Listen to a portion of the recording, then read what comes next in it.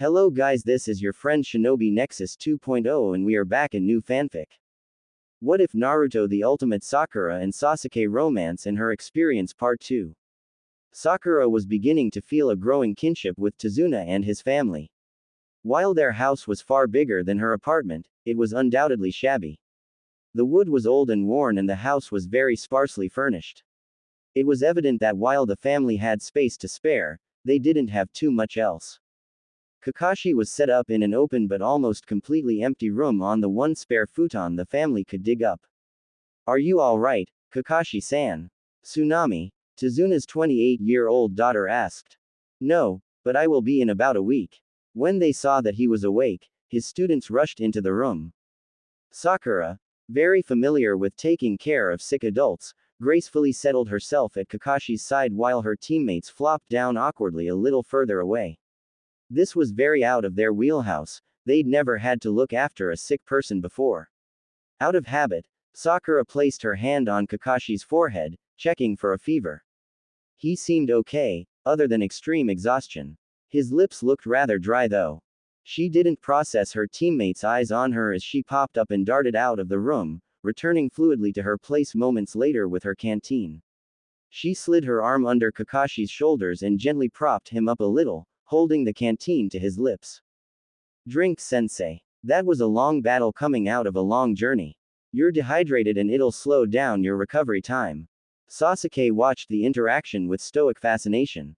The way the girl in front of him was acting, she seemed almost like an adult rather than a 12-year-old. It wasn't the first time he'd thought Sakura spoke more like a grown-up than a child. He'd meant what he said earlier. His pink-haired teammate was indeed like a walking encyclopedia. But books couldn't account for bedside manner, which Sakura seemed to have in spades, based on how she was handling Kakashi, the way she handled Naruto's hand, or even how she treated his arm during the bell test. Maybe it was a female thing. His mom had always been the one to take care of him when he was sick or look after his injuries. Itachi would check in on him, but it was his mother who did the most in those moments. But he knew plenty of girls who didn't seem capable of this, most of his fangirls for instance. He absently wondered where Sakura's maturity came from. Your Sharingan is incredibly powerful, sensei, but if it puts this much strain on your body, is it really worth it? Sakura lectured, putting the canteen to the side and easing Kakashi back down. Of course it's worth it, Sakura-chan. We won, you know, Naruto said, brightly. That's right, Tazuna added. You took down your strongest foe yet. We can probably relax for a little while. Sasuke watched as Sakura ran a hand through her long pink hair. He noticed she did that whenever she was anxious or something was on her mind. What's wrong? He asked her. Her jade eyes snapped to his in surprise and her cheeks colored a little.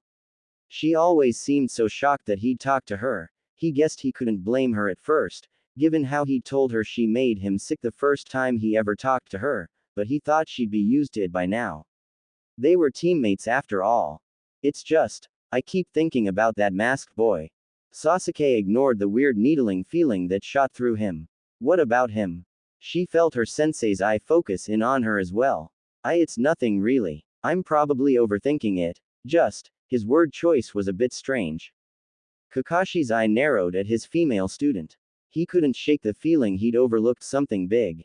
Something not good. Sakura had correctly figured out a lot thanks to analyzing word choice. She may have figured out what he was missing. What is it, Sakura? He prompted, struggling himself into a sitting position, despite Sakura's protests. As he was leaving, he said, your battle is over for now. Why for now? If Zabuza's dead, we won. Our battle is definitively over. His mission was to track and kill Zabuza. He shouldn't know anything about us and our mission, or about Tazuna-san being targeted. As far as he should have been concerned, that was our battle and it was over when Zabuza died. I don't know, Sakura-chan, don't you think that's overthinking it a bit? Naruto asked, scratching the back of his head. She turned to look away, embarrassed. I already told you I thought I was, she muttered, running her hand through her hair again. Kakashi's eye shot open wide. That's what he'd missed. Sakura hadn't quite caught it, but she wasn't far off. No, she's not. That boy was a member of Hidden Mist Anbu. Part of an elite unit often code-named the Undertaker Squad, because they dispose of corpses so thoroughly it's as if they never existed. Why do that? Naruto asked. Even after death, a shinobi's corpse might yield up secrets of the skills it's mastered, ingredients of any drugs, potions, or medical treatments the body consumed, even the aura of the chakras it was steeped in the ninja's native lands. It all becomes an open book. In the same way, when I die, if an enemy were to gain possession of my corpse, it would reveal all the anatomical idiosyncrasies unique to those who possess the Sharingan. In the worst case, the enemy might gain enough information to duplicate and master that power. Ninja corpses tell too many tales. Shinobi hunters, like that boy, specialize in tracking down and eliminating rogue ninja, then obliterating their remains. So Zabuza's corpse is going to be dismembered and destroyed. That's so creepy. She heard her internal voice finish, unable to shake the image of Zabuza's corpse chopped into pieces and stacked in a pile. I don't think it will be. Huh, but you just said. A hunter nin is supposed to dispose of the body on the spot. So what? Naruto asked. But this one didn't. Sasuke answered. This one took the body. Right. Normally a hunter nin would handle the body on site and just bring back the head for proof of mission success. Kakashi closed his eyes in thought. There's also the mystery of his weapon of choice. Senbon, needles are also commonly used for acupuncture, which focuses our energy and tension points throughout the body. If one knew the spots well enough, they might be able to. She and Sasuke reached their conclusions at the same time, both jolting in shock. No way, but that would mean. Yes, Zabuza is still alive. There was a beat of silence as his declaration sunk in, and then the explosion. What the heck are you talking about? Naruto yelled. How's that possible? You checked yourself. You said he was dead. Sakura added. I made sure of it. But a death-like trance could have created a very convincing illusion of the real thing. His lone eye glanced over at Sakura. Why are you so surprised? Isn't this what you suspected all along? Sakura shook her head. I thought maybe the masked boy also worked for Gato somehow, or knew something about the hit on Tazuna-san, but I didn't think he was Zabuza's accomplice, although, needles like that, if they hit a vital they could be deadly but otherwise. They wouldn't cause mortal damage. Sasuke finished.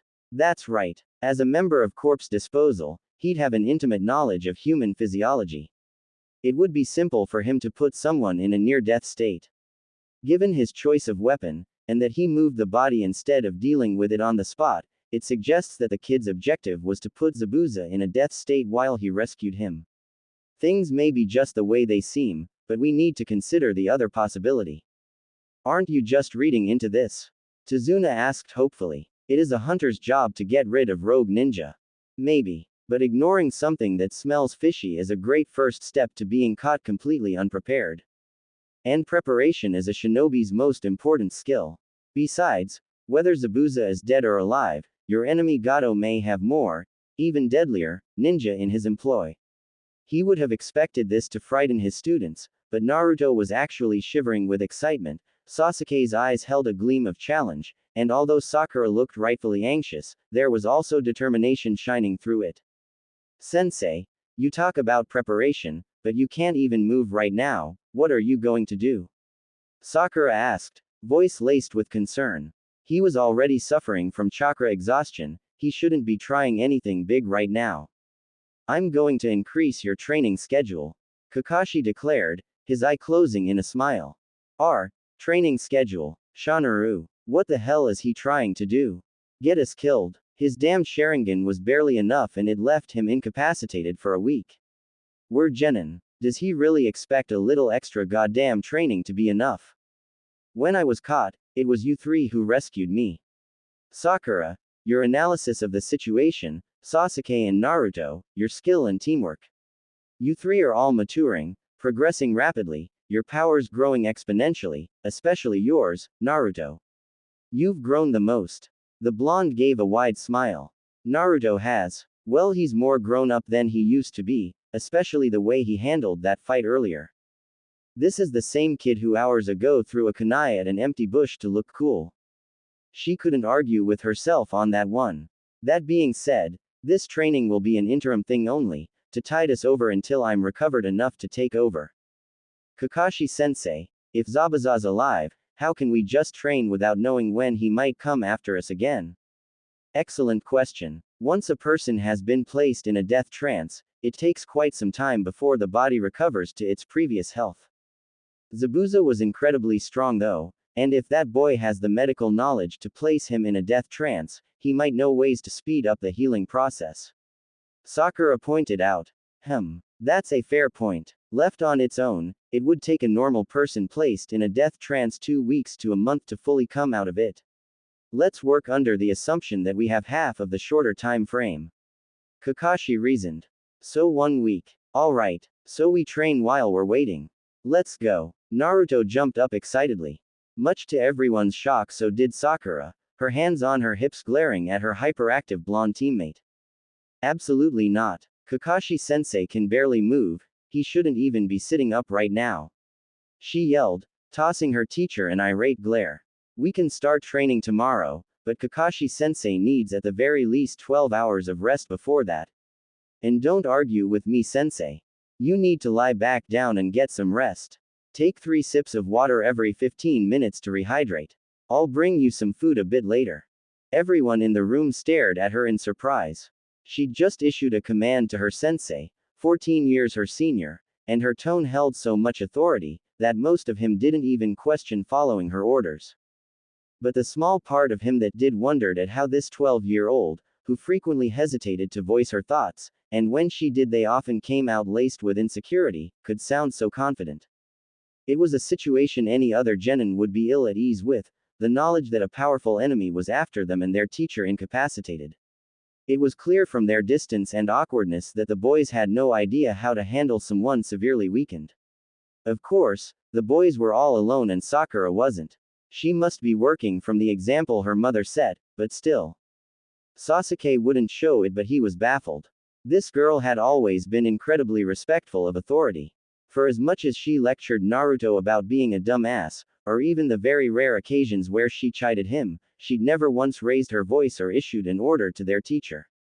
On top of that, her tone had been not only confident, but the words had come from her as if they were instinctual, this from the girl who overthought everything she ever said. Naruto felt something warm in his chest, the same way he had when she bandaged his hand, fed him during the bell test, and stuck up for him during their introductions. Honestly, even when she would lecture and yell at him, he felt that warmth. He'd had a crush on Sakura before because she was pretty, but now it was because he felt looked after and cared about when he was with her. Evidently it was just how she was, and it didn't matter that it wasn't directed at him in that moment. She was always so busy, rarely spending time with them outside their mandatory training time and missions, and always turning down team dinners. He frequently found himself wondering if she really cared about their team. If they mattered to her at all, the way all of them mattered to him, and Sasuke, but he knew the bastard would never admit it. So seeing her like this, caring so much for the well-being of her team members, made him feel a warm sense of elation. Sorry Sakura-chan, I got a bit excited. Of course we'll start tomorrow. Training while we wait. This'll be fun. It won't be fun for you. Everyone turned to look at the young boy standing by the opening. Who the heck are you? Inari. Where have you been? Tazuna asked excitedly, holding his arms open. Welcome home, Grandpa. The boy gave a somewhat lackluster greeting as he went to hug his grandpa. Inari. Greet our guests properly. They're esteemed ninja who brought your grandfather home safely. Tsunami scolded, standing in a very similar pose to the one Sakura had taken moments before. The boy glared at the 3 genin, examining them before turning to his mother. But, Mama, they're all gonna die. Listen you little twerp, Naruto exploded. No one can beat Gato and his men. The boy stated, but Sakura didn't miss the defeated air around him. She recognized it clearly since it was something she actively had to combat every time she looked at her mom. You brat, Naruto exploded once again, but this time was held back by Sakura. Get it together, Naruto. He's just a little boy. Right, he grumbled. Hey, pay attention, little guy. My name's Uzumaki Naruto and I'm a superhero who will one day be the Hokage of the Leaf Village. Gato, you really expect me to be afraid of someone who sends others to do his work for him? Hero, are you dumb? There's no such thing. What the? Sakura once again had to hold him back. I said quit it. If you don't want to die, go home now. The kid murmured, turning for the door to the hallway. Where are you off to, Inari? Tazuna asked. I'm going to watch the ocean from my room. The child slammed the sliding door shut behind him. Please forgive him, Tazuna sighed. Naruto, not being able to let this go, stormed out of the room. The room began to slowly empty out. Tazuna went to take a rest, and Tsunami went to cook dinner. Sakura helped ease Kakashi back down after giving him some more water. She ordered him once again to sleep, and regardless of his wishes, it didn't take long for exhaustion to pull him into unconsciousness. Once he was out, Sakura instinctually checked his forehead again, satisfied that there was no apparent fever. She turned to find Sasuke scrutinizing her, and her face immediately warmed. Something wrong? Sasuke's eyes narrowed more. She was back to insecurity again. How could this girl be so good at handling delicate situations, like their weakened sensei, and so unsure of herself otherwise? It was weird. If she could handle this with so much confidence, why was she always second-guessing herself? You're annoying. I'm annoying. Ah, come on. What did we do this time? Her own voice moped in her head. He watched as she deflated, feeling more annoyed. That hadn't been his intention. Why did his words mean so much to her anyways? There were moments where he saw similarities between his fangirl's behavior and Sakura's. The frequent blushing around him being the biggest, though there was also the honorific she applied to his name, and the occasional stuttering when he spoke to her. He'd observed her enough to know that she didn't react that way to any other guys. In those moments, he suspected she might like him, the way his fangirls claimed to. But she was more mature than his fangirls, she was more mature than most 16-year-olds, let alone 12, and she was frustratingly hard to read. She kept so much hidden. If she did like him, she was damn good at compartmentalizing, and based on his experience, no other girl their age was. Sasuke-kun, lift up your shirt. He couldn't hide the surprise from his voice. It had been such an abrupt order that seemed to come from nowhere. This was another one of her discrepancies. It was a very rare occasion when she didn't carefully censor every word that came out her mouth. And when those rare occasions happened, he was always thrown by how different her raw, unpolished thoughts were from what she shared with others. Despite the difference, it never felt fake. What she consciously revealed and what she accidentally spewed were both unquestionably Sakura, though how that was possible was beyond him. The only thing fake about her was the smile she frequently wore, and it was a convincing one. Sakura was very red and avoiding eye contact. When she spoke again, her voice was small. You got hit really hard earlier, you coughed up blood, I wanted to check on you then, but I didn't want to leave Tazuna-san or get in your or Naruto's way, and then afterwards, so much was going on and I didn't have a chance to. And even if I ask, you'll probably say you're fine, whether you are or aren't, so, I thought I'd just check. Nice going. I made Sasuke-kun uncomfortable, he probably won't want me around anymore. It was a good choice. He's always telling you to say what you're thinking, and what you're thinking is you want to see him with his shirt off. You know that's not it. Okay, maybe not entirely it, but you certainly wouldn't mind. Her inner voice was too loud and it was making her blush harder. She couldn't be around him like this. Abruptly, she stood up and crossed to their sensei, intent on checking on him. Really, she just needed to put some space between Sasuke and herself. She couldn't just leave it now. Not only would it invalidate everything she just told him, but he'd said it himself, she was as close to a doctor as the team had available. She couldn't just leave one of her teammates when they might be in pain. Especially not Sasuke. Her word choice had been a mistake, but she needed to see this through. She made her bed, she'd lay on it. But being that close to him made her head feel foggy. She took a deep breath. I'm sorry if it makes you uncomfortable. It was easier to talk now that she had her back to him, but you're the one who said I'm a walking encyclopedia. I might be able to help. I'll be quick about it, but I need to take a look. Honestly, it wasn't so much that Sasuke minded. He trusted her. Whatever the nature of her feelings were towards him, she wouldn't let it get in the way or cross any lines. He knew she was asking out of a place of concern. He just didn't want to deal with Naruto if the idiot walked in on them. Or if Kakashi woke up and saw them. Neither of them would let it go and it would get annoying. Be quick about it. Sakura turned in surprise. She hadn't expected him to agree so easily. She shifted over to where he sat, and he pulled up his shirt. It took a lot of effort, but Sakura managed to keep her focus on her task instead of his lean but well-muscled build. There was a lot of bruising, she just hoped it wasn't an indicator of internal bleeding. She dredged up every medical text she ever read and went through the checklist of possibilities she was aware of and knew how to check for. She pressed gently on and around the bruise, and was met with hard muscle. Her face flamed. That's good, that means there isn't any fluid buildup. We can likely rule out internal bleeding. Know what else is good? Sasuke's abs. Shut up. Are you in any pain when you inhale or move? No.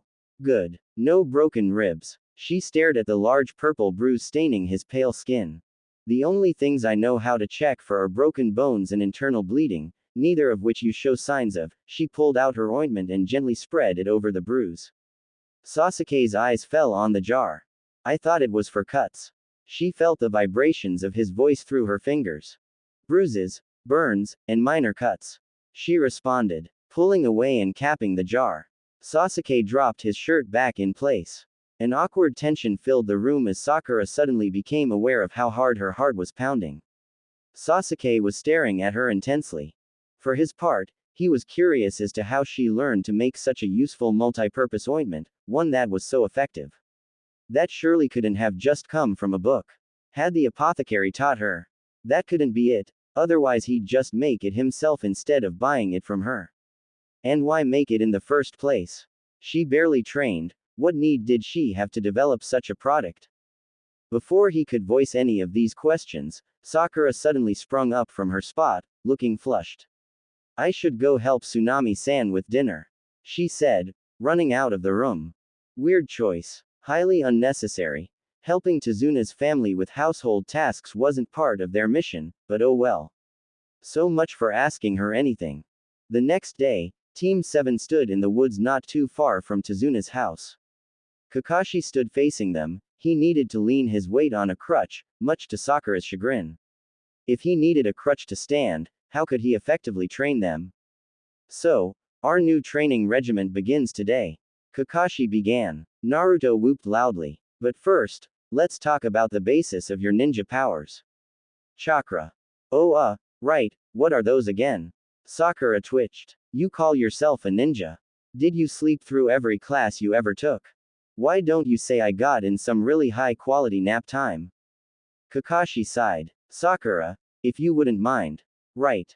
Pay attention and try and learn something for once, Naruto. I'll try and keep this simple. Put simply, chakras are the energies required to perform any ninjutsu or genjutsu. These energies are made up of 1. Those of the body drawn from each and every one of the approximately 13 trillion cells believed to make up the human body, or 2. Those of the mental and spiritual energy acquired over the course of much training and experience. All shinobi arts and techniques are born from a combination of those 2 energies, mixed from the body and spirit in process known as chakra manipulation, and focused through the weaving of hand signs. That's correct. Good to know Iruka-sensei taught some of his students well. Kakashi said with a pointed look at Naruto. Oh whatever. I don't do so good with long explanations, but if you just show me, my body can learn.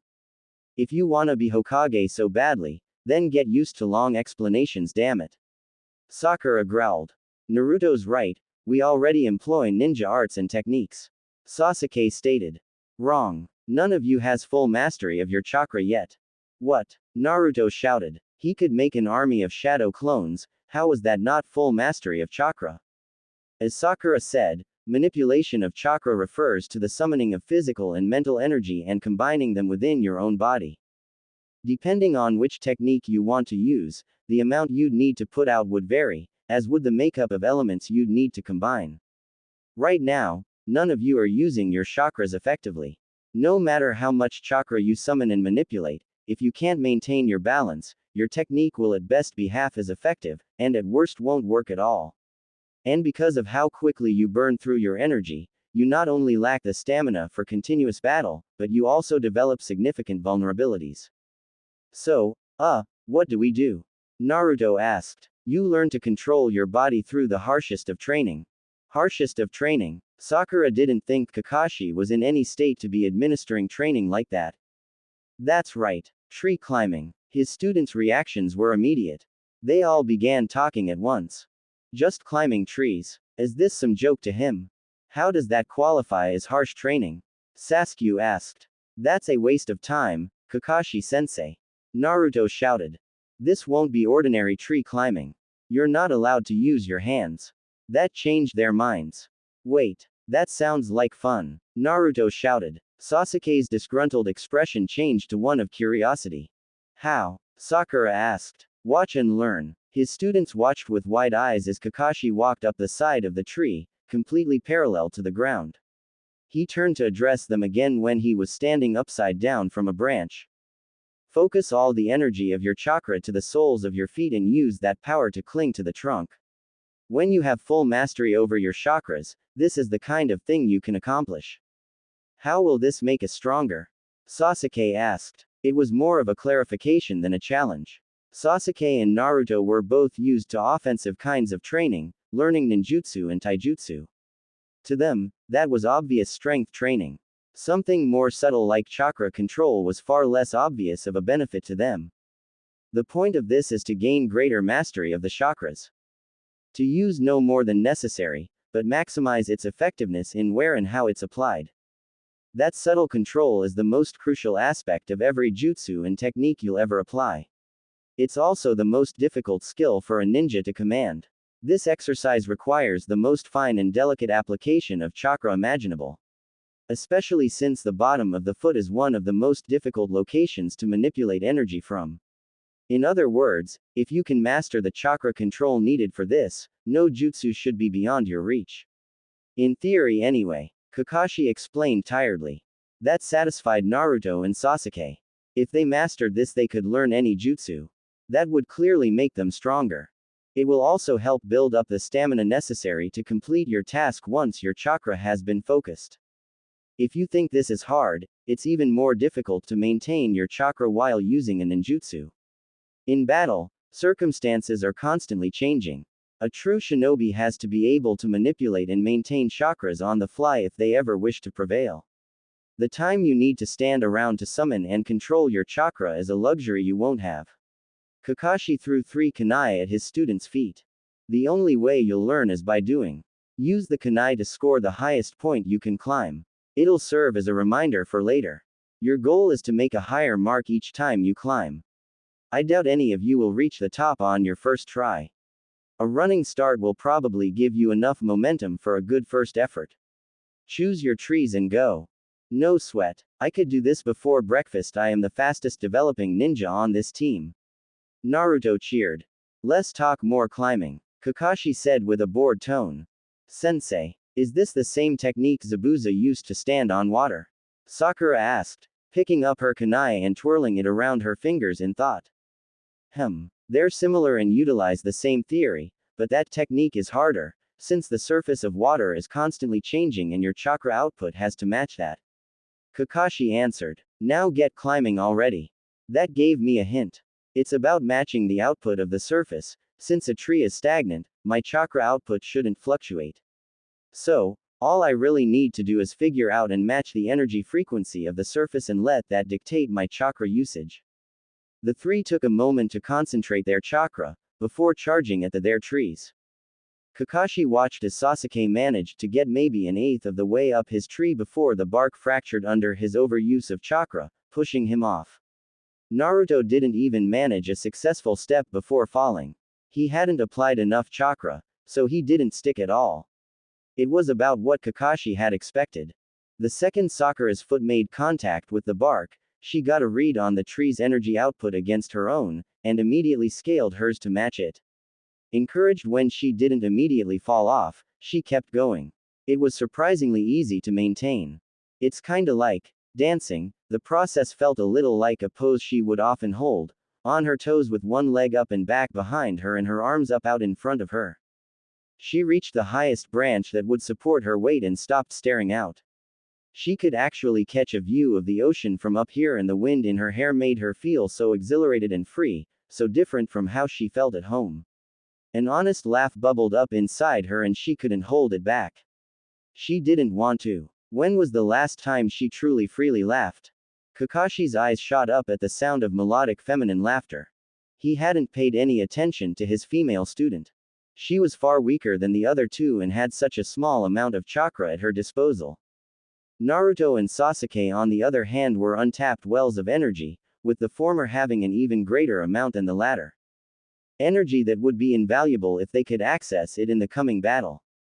But Sakura had shockingly made it all the way up the tree in her first attempt. That was an impressive amount of control to have for a fresh out of the academy genin, no matter how little chakra she possessed. Yet again, Kakashi found himself editing his earlier stance on her future as a ninja. Incredible. You go, Sakura-chan, Naruto called boisterously, though internally annoyed that he hadn't gotten it first. Sasuke looked up at Sakura, eyes narrowing. She barely trained at all, how could she be this good? It was impressive and annoying. He trained daily, why was he having so much trouble with this? Her laughter sounded so musical and full. It was his first time hearing it. Every other time she'd laughed it had been strained, tense, or fake. It soothed his growing frustration slightly. Kakashi decided to use this as motivation. The boys were competitive, after all. Well, now we know which of you three has the best chakra control. Our young lady, well, understanding the use of one's chakra and manipulating them successfully, is quite an achievement so far. Sakura is probably the one closest to overtaking our Hokage, despite all your boasts and aspirations, Naruto. The blonde's face fell into a pout. And the finest hope for the Uchiha clan doesn't seem that promising. Sasuke glared intensely. Why would you say that, geezer? Sasuke-kun's gonna hate me now. Naruto and Sasuke turned their glare on each other. They may not have been able to beat Sakura on this front, but they sure as hell wouldn't lose to each other. The two started to work their way up the tree with renewed vigor.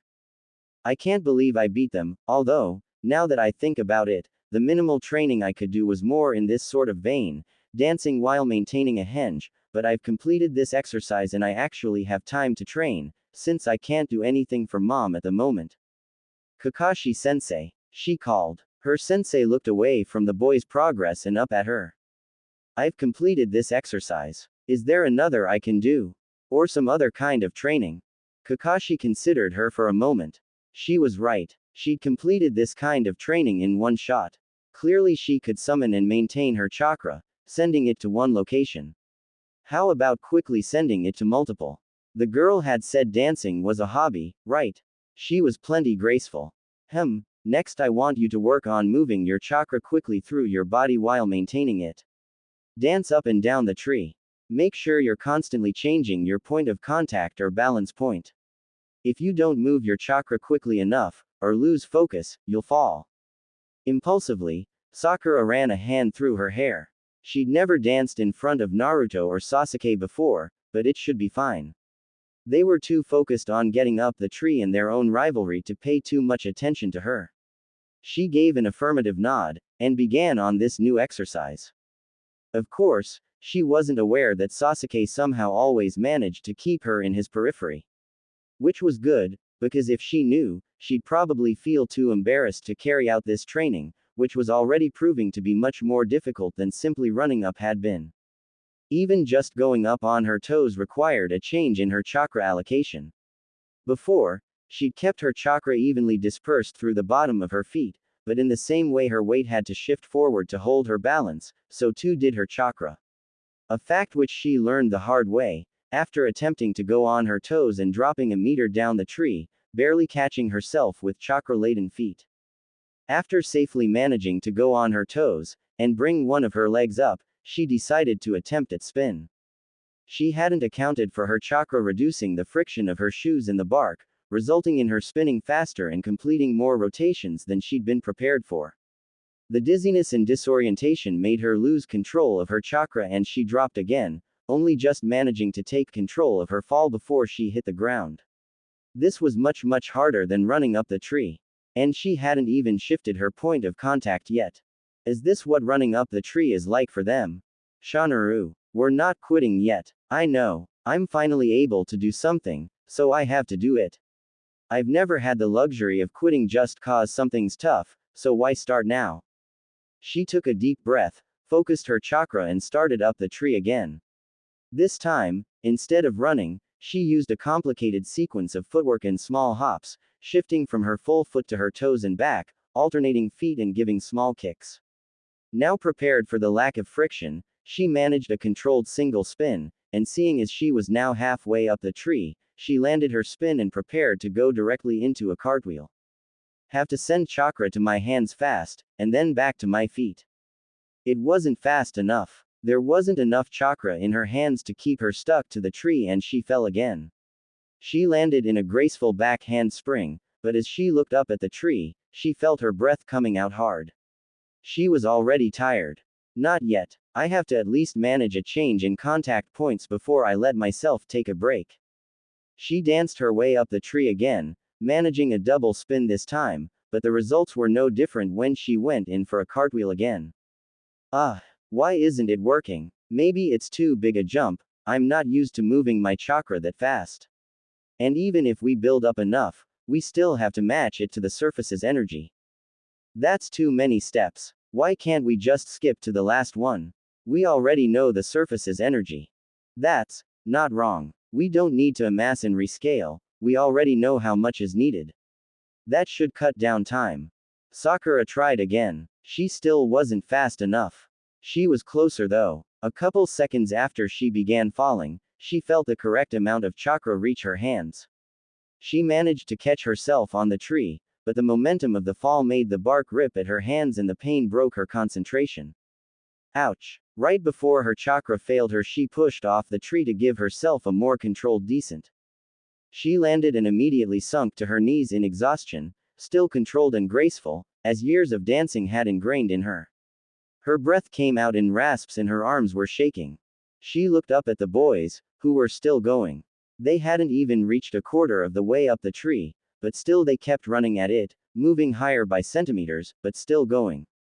They should be expending more chakra than her, given that they weren't allocating it properly.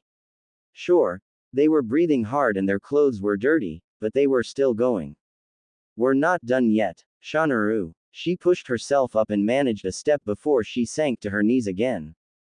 Damn, how do they have so much energy? She watched Sasuke land, breathing heavy as he looked up at his tree. He stopped for a second and looked at her, keen eyes narrowing at her exhausted appearance. She felt the all too familiar self-loathing crawl up her throat and looked down at her torn-up hands. He always tells me I should train more, and he's right.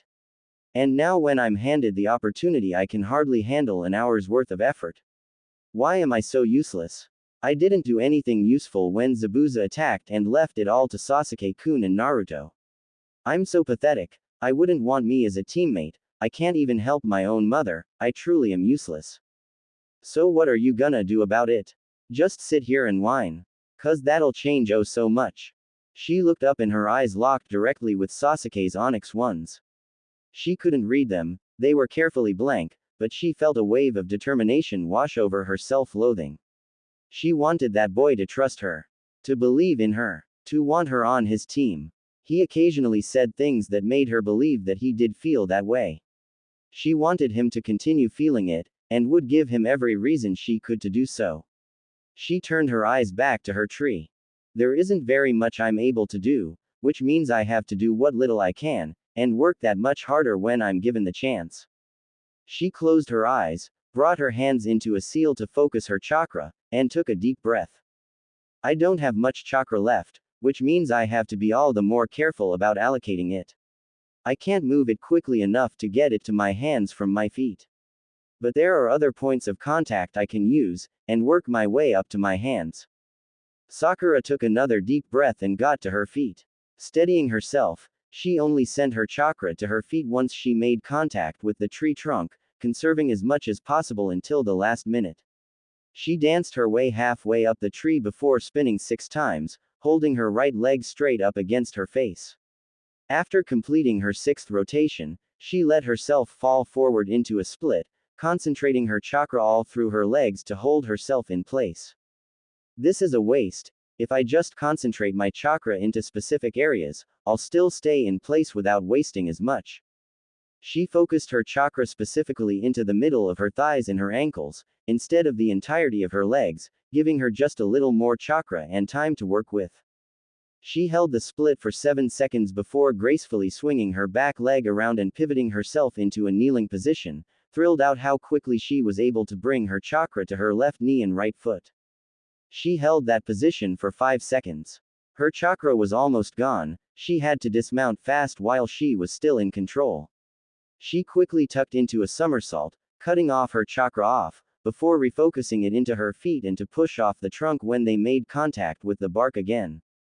She flipped gracefully through the air, landing lightly. Her legs buckled and she sunk to the ground. I did it. It wasn't my hands, but I sent my chakra to other contact points. Kakashi, who had long since walked down the tree and settled on the ground, found himself observing Sakura's training more than Naruto's and Sasuke's. To be fair, there wasn't much to see with them. Their rivalry and sense of competition kept them steadily improving, but the progress was slow. Creeping up centimeters at a time. And for the most part they kept making the same mistakes. Just barely past their highest mark, they'd lose the balance. Sasuke would apply a little too much chakra and rebound off, Naruto would apply too little and no longer stick. However, the exercise Sakura was doing was far more visually interesting. The girl was dancing after all. And she was quite good. He now understood why her reflexes were so quick and her movements so graceful. He'd never gotten a good look at Sakura's movements and fighting style before. Outside of mandatory team training sessions, she didn't give any time to training or sparring, a stark contrast from Sasuke and Naruto who practically lived on the training grounds. The level of body control and awareness she had was unusually high, and may have played a part in her chakra manipulation skill. What was particularly interesting to see was the way she self-evaluated and self-corrected. Each time she fell, it was because of a new problem. She didn't make the same mistake twice.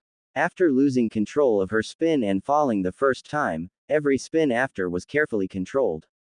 So much so that this last time she'd completed 6 rotations and flowed right out of it like it was the simplest thing in the world. When she began trying to shift her point of contact to her hands, he saw the way she kept fixing aspects she was struggling with, and that she had reached the conclusion that she needed to work her way up to that without a hint. But then she'd been able to focus her chakra to different points on each leg simultaneously. That wasn't something easily done. And she'd been able to analyze and correct all of that herself. He was also surprised by her determination. She wasn't as loud or in your face with it as Naruto, but her fighting spirit was truly formidable. She shouldn't have been able to manage that last pass at all with how low her chakra levels were. Not only had she, but it had been the one she completed the exercise with.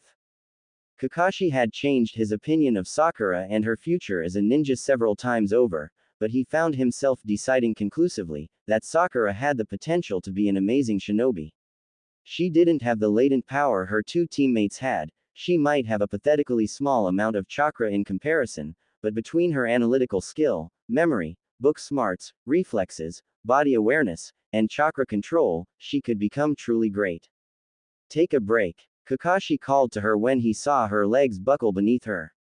He noticed Sasuke had been watching her, but when he turned to look at the boy, he merely turned back to his tree and continued working his way up. Sakura dragged herself over to a tree near her sensei and leaned her back against it, breathing heavy. Kakashi handed her some water, and it took all her internal nagging to take a sip every 20 seconds instead of just gulping it down. That was impressive, Sakura. I didn't expect you to succeed in changing your contact points so quickly. Honestly, I didn't think you'd make it past spinning yet. Of course, I didn't know how skilled of a dancer you really were. I wasn't able to make my hands a contact point though, Sakura replied, studying her tree seriously. He'd picked up on it long ago that Sakura was incredibly hard on herself. Maybe not yet, but at the rate you're going, I wouldn't be shocked if you get it by the end of today. Or tomorrow morning. Do you know where you're running into trouble? Sakura nodded. He knew she did anyway. At first, I was trying to build up too much chakra and then match it to the surface's energy. That was too many steps. The surface isn't changing, so I don't need to rematch, when I already know how much I need. That takes out a step. But I'm still not moving my chakra fast enough. She took another sip of water. You'll get it. You've already analyzed the problem, so I'm sure you'll figure out a solution sooner than you think. Once you manage to switch your contact point between your feet and hands seamlessly, you'll have completed this training. If I complete this training, is there any other training I could do? When you complete it, he corrected. And not while I'm in this state. Besides, we still have a mission. Someone will have to stay with Tazuna-san. Gato still might send someone else after him. Sakura gave a tired nod as she watched the boys climb. Sasuke was beating Naruto at the moment, but the blonde was catching up. How did they do it? Kakashi could hear the admiration, frustration, and sadness in his student's tone. They have a lot of chakra. He answered honestly. She let out a sad sigh. He wanted to say something to console or encourage her, but he was never good with this kind of stuff. The pink-haired girl gave a dry smile and shook her head. Don't worry about it, sensei. Like you said, I have to get used to there being shinobi younger than me and stronger than you. Conversing with Sakura was strange. It felt more like speaking with an adult than a child. That doesn't mean that you can't grow to rival them. Of course, of the three of us, I'm the closest to overtaking the Hokage after all. After a 3-hour break, she had enough chakra to get back to work. She successfully changed contact points from her feet to other parts of her legs twice, and to her back once. She was already tired again. That should be enough build up. I should be able to get to my hands now. She danced her way up the tree, twirled twice, spun the opposite direction once, and went into a cartwheel. Her hands stuck to the bark, her chakra managed to reach them in time. But her excitement was very short-lived. She wasn't able to send her chakra back to her feet quick enough, and after a painful rebound off the trunk, and graceful landing on the ground, she fell onto her back looking up at the sky between the leaves and breathing hard. Her hands fisted in the grass beneath her. It's no good if I can't get my chakra back to my feet in time. She glanced over at Sasuke scoring away at his tree. He had started advancing more than Naruto, but the blonde wasn't so far behind that he couldn't catch up. They were relentless, barely taking any break. Sasuke-kun uses too much chakra and Naruto not enough. If they just met in the middle, they'd have perfect control. The middle. She shot up, her eyes widening. Oh my god. That's it. I'm so stupid, how did I miss this? Exclamation mark quote. Chakra was made and circulated through the center of the body. It didn't require all of her chakra to lock on to the tree's surface. She'd kept trying to pass her chakra from her feet to her hands and back, but that was completely unnecessary. She just had to send the amount of chakra she needed directly to her hands from her center. It meant having to split her focus of where she sent chakra, but she could manage that. It couldn't be too much different than maintaining her posture while high kicking to the front. Sakura took a deep breath, focusing her chakra, and for the 8th time that day, danced her way up the tree. Sasuke stopped to watch with his full attention. He watched how fluidly her body moved, with such a controlled ease of motion, that the incredibly complex sequence of movements looked as natural and instinctual as blinking. He noted the small tears forming on her thighs and calves as she swung the back leg of her split across the bark and pivoted on her knee, the rough wood raking across her skin. She seemed to take no notice. She spun so fast, her other leg changing position several times over before she dropped into a successful cartwheel, flowing from it into a round-off, and then a double handspring down the tree before pushing off and gracefully alighting on the ground. Her long pink hair floating down around her, catching the light and revealing the strands of red and blonde. She dropped to her knees, breathing hard, but she was smiling a real smile and her mint green eyes sparkled with happiness, pride, and relief. It was so different from the expressions she usually wore, that he couldn't pull his eyes away. Well, Sakura, you've completed this training, Kakashi said, hobbling over to her with a masked smile.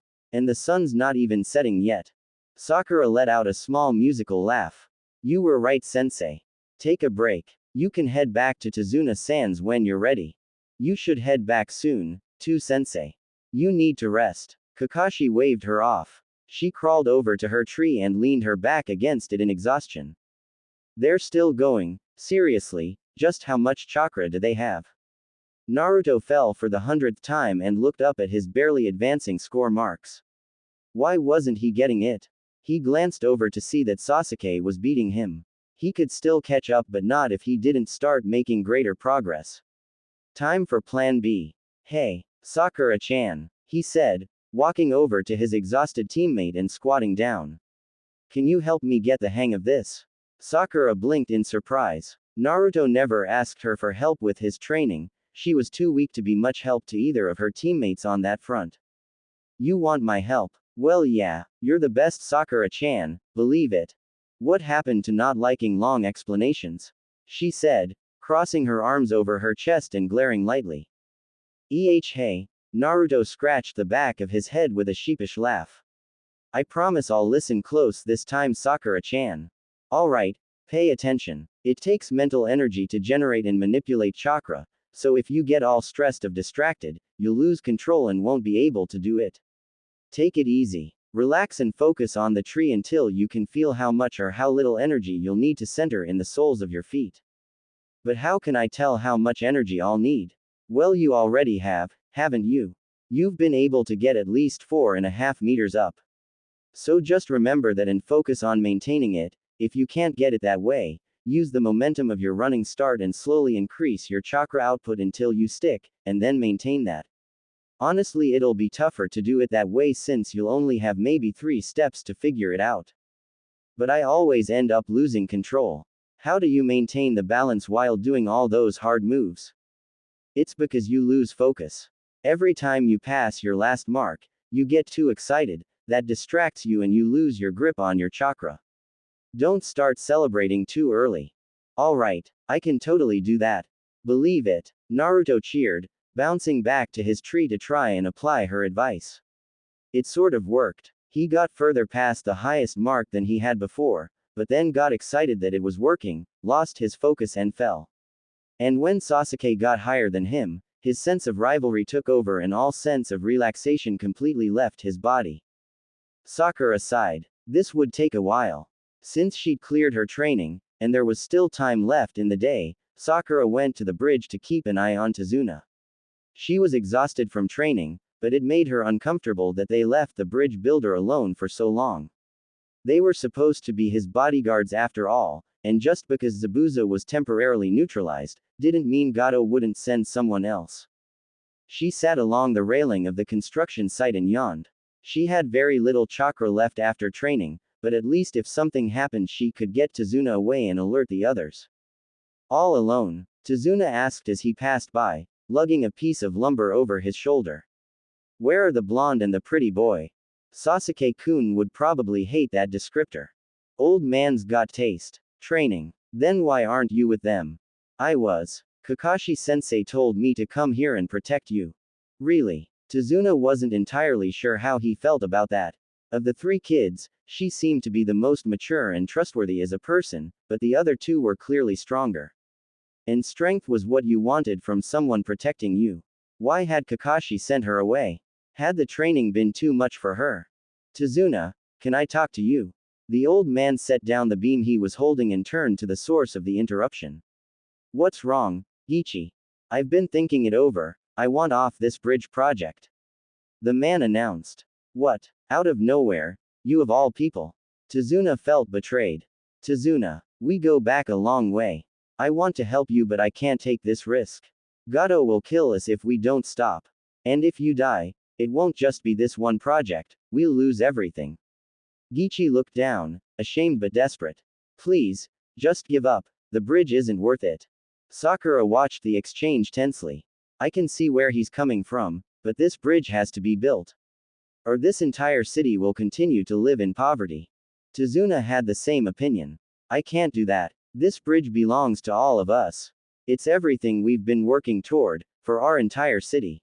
When it's finished, it'll bring commerce and affluence to us. It'll put the land of waves on the map. But we're talking about lives here. Your life. The man yelled. It's afternoon already, isn't it? Let's call it a day. Tazuna said, turning his back to him. Gichi, You don't have to come back tomorrow. Sakura followed Tazuna as he walked away. My daughter asked me to pick up some things for our dinner on the way home. Tazuna explained as they walked through the city. Sakura took in the groups of homeless people sitting along the edges of buildings, the skinny, pinched look of malnutrition almost everyone seemed to have, the dejected slump of their shoulders and hopeless look in their eyes. She felt all of it like a stab wound. This was one of her fears and anxieties, she and her mother ending up homeless and living on the streets. There was no way her mother would be able to survive that with her illness. She heard a cry of, "Stop! Thief!" It wasn't the first one she'd heard since they set foot on the main street. These people needed that bridge. They needed a chance. Here we are. They came to a stop outside of a shopfront. A boy in torn and ragged clothes sat out front, head buried in his arms, a small empty collection cup in front of him. He's just like me. No, he's got it even worse than I do. Shanaru. I'll kill Gato for this. They stepped into the grocery, but she was met with the sight of almost completely bare shelves. It's like looking at my kitchen, except my kitchen only has to feed 2 people. This place is supposed to feed a whole city. The only other person in the store noted the girl with long, well cared for pink hair, and the bag resting on her hip. She must have some money. He tried to sneakily reach for her bag, but his hand brushed against her backside. Suddenly a small but calloused hand locked around his wrist and pulled his weight back, while she fluidly kicked his legs out from under him. Pervert! Sakura yelled, her body and mind having gone on autopilot the second she felt something touch her butt. No, the man on the ground protested weakly. It's not like telling her he was trying to pickpocket her was much of a defense. Weirdly, her face softened a little. Oh, she said, putting the man's feeble protest together with the state of the people around and the bag at her hip. Trust me, I don't have anything useful to you. The man got to his feet and ran out of the shop. Tazuna came up to her, having been making his purchases at the time, though he witnessed the whole interaction. He watched the man run out and sighed. It's been like this ever since Gato moved in. We've become a city of slackers, cowards and fools. That's why the bridge we are building is so important. It will be an emblem or courage. Maybe the people who've taken the path of least resistance will be willing to walk the road of courage and dignity again. The old man walked out of the store, Sakura in tow. Tazuna-san, if that man leaves the project, she began as they continued through the impoverished city. He wouldn't be the first. That's part of why it's taking so long. I keep losing crew members. They're too scared of Gato. All help. The words were out of her mouth before she processed what she was offering. You know how to build a bridge? No, but I'm not bad with tools. And I learn quickly. Why would you want to? That's not your mission. You're a target until that bridge is finished.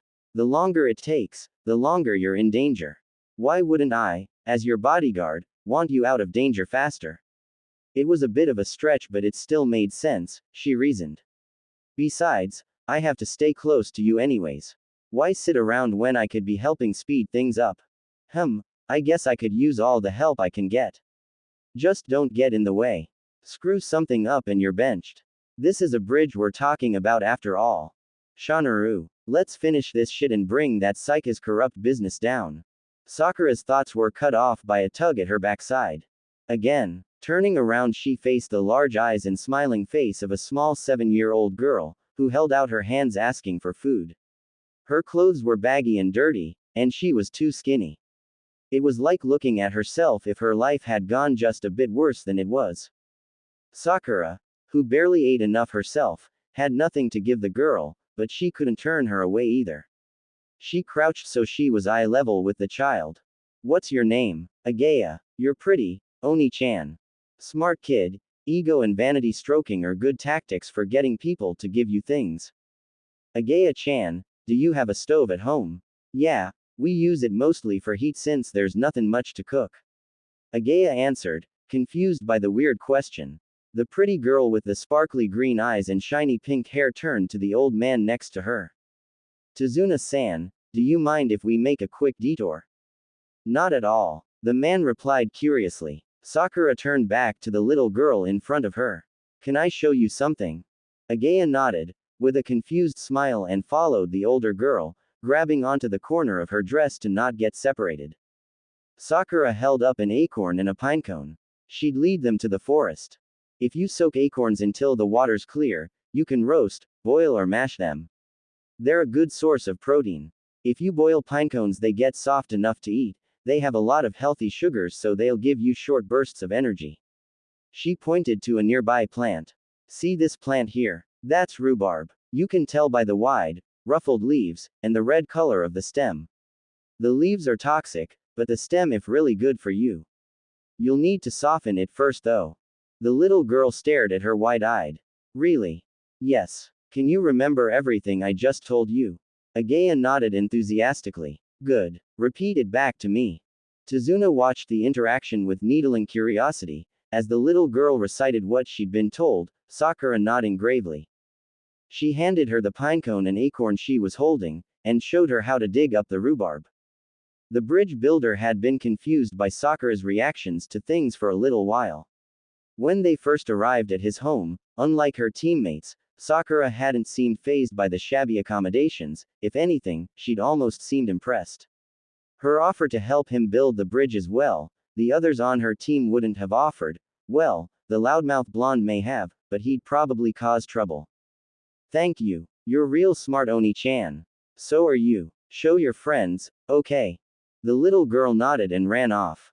Her arms full of acorns, pinecones, and rhubarb. I'm sorry about that, Tazuna-san.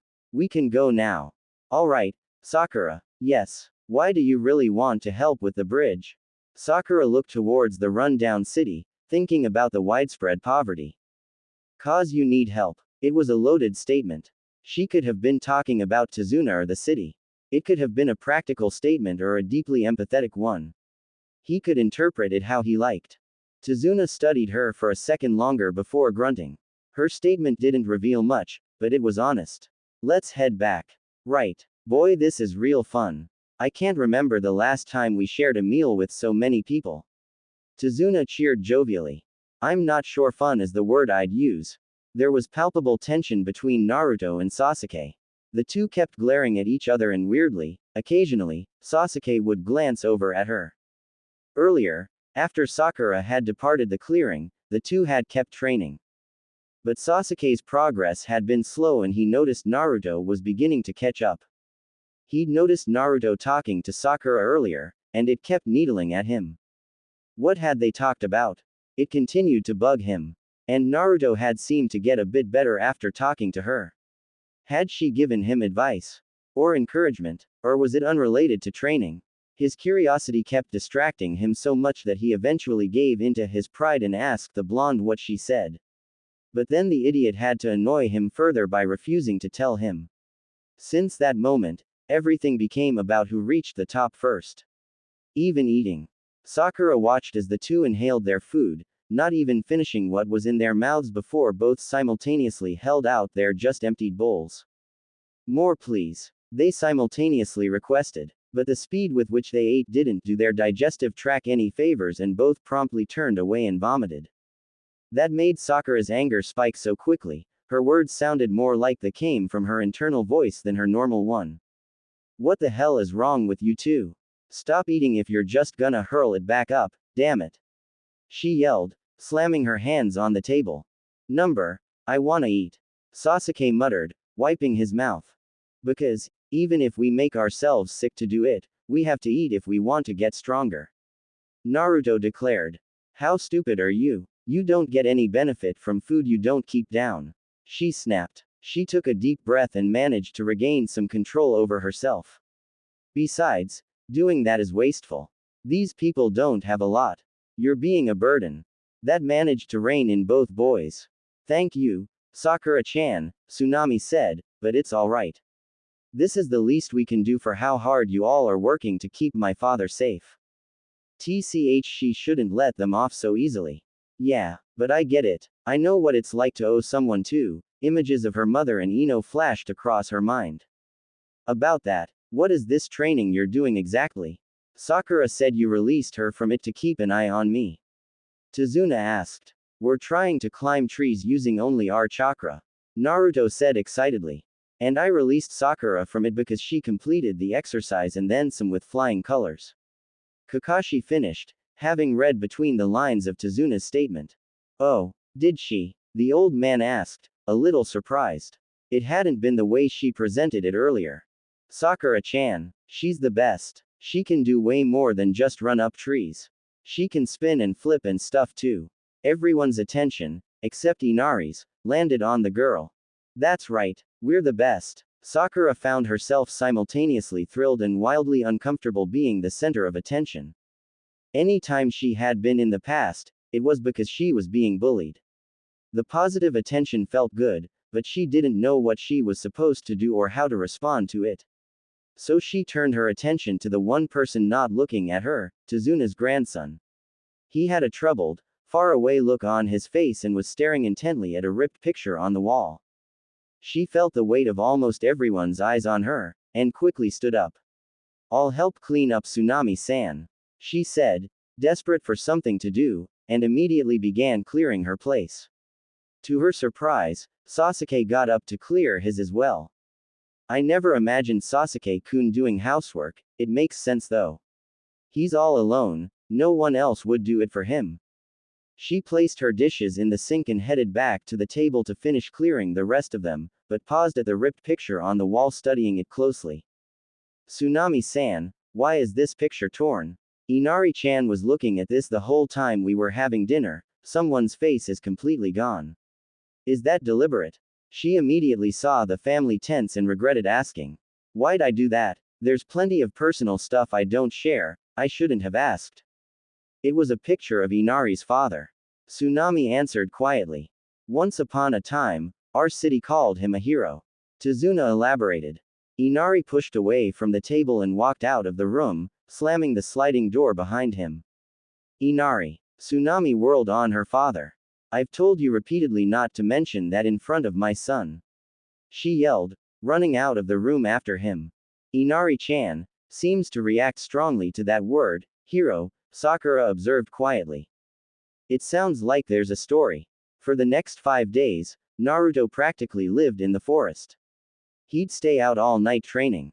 Sasuke would join him during the day, but at least he knew that he needed to rest to build more chakra. That morning, when Sakura awoke and went to join the others for breakfast, she immediately noted Naruto's absence. "Naughty Naruto stayed out all night again, didn't he?" Tazuna asked. "Ever since you told us that story, he's been in the trees training all alone, night after night," she answered. "An idiot with an obsession. It's good he's training, the stronger he is, the better off our team is, but this might be too much. If he exhausts his chakra, he could kill himself, he could be lying dead in the woods right now. He never did know when to quit.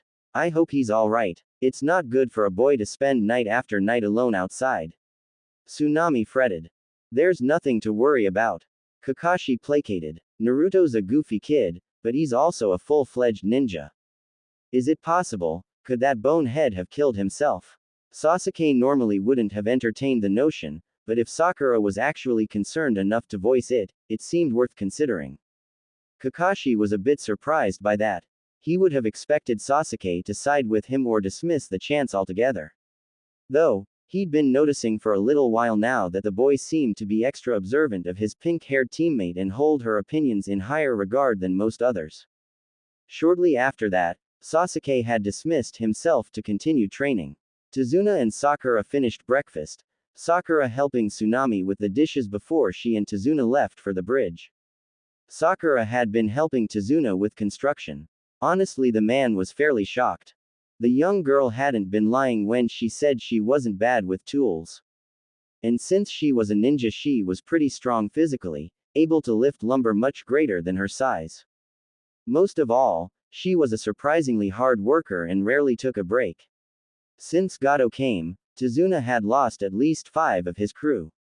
They'd backed out, too scared to continue on the bridge project. The way Sakura worked made up for at least 2.5 of them. She couldn't operate any of the machinery, but that didn't matter. She was a much greater help than he expected. And with the slight but effective increase in manpower, the project was progressing rapidly. What Tazuna didn't know was that several of the odd jobs and side hustles Sakura used to do were of the construction nature. For people who couldn't afford to make formal job requests of the village, she'd helped fix fences, paint and build sheds, seal doors, and patch decks, among other things. She was never paid as much as if it had been a mission, but it did pay a little, and coupled with several of her team's D-rank missions, she'd gotten rather skilled at basic construction. She hadn't told Kakashi that she was helping. She wasn't sure how he'd feel about her going outside of mission parameters like that, but she didn't want to take the chance that he wouldn't allow her to continue. She knew he'd find out soon. He was almost recovered, and once he was, he'd surely be joining her at the bridge and see it for himself. But she figured that if he tried to stop her at that point, at least she would have gotten in some time to work on the bridge.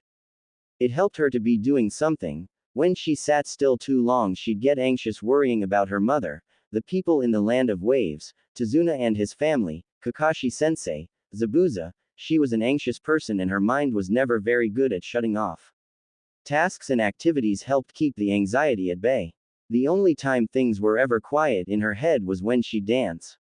"Hey, little girl, why are you so good at building railings?" one of Tazuna's crew asked. "I've done it before, or something like at least. It's the same theory as building a fence, just with pipes instead of wood. It's not like it's complex mathematics. We could totally do that too though." Shanaru. "Not bad. Never would have bet a girl like you'd be good at this stuff." "A girl like me? Yeah, you know. One with long pink hair.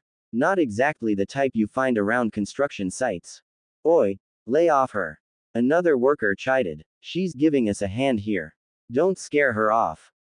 It's fine," Sakura replied with a shake of her head, before turning to the first man with a light glare.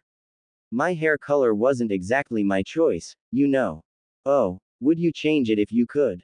the one who came to her defense before suddenly teased.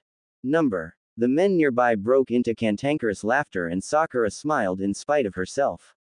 It was frequently tense here, the men could use a bit of a laugh. "Sakura," Tazuna called. "Yes, Tazuna-san, if you ever change your mind about being a ninja, I'll hire you."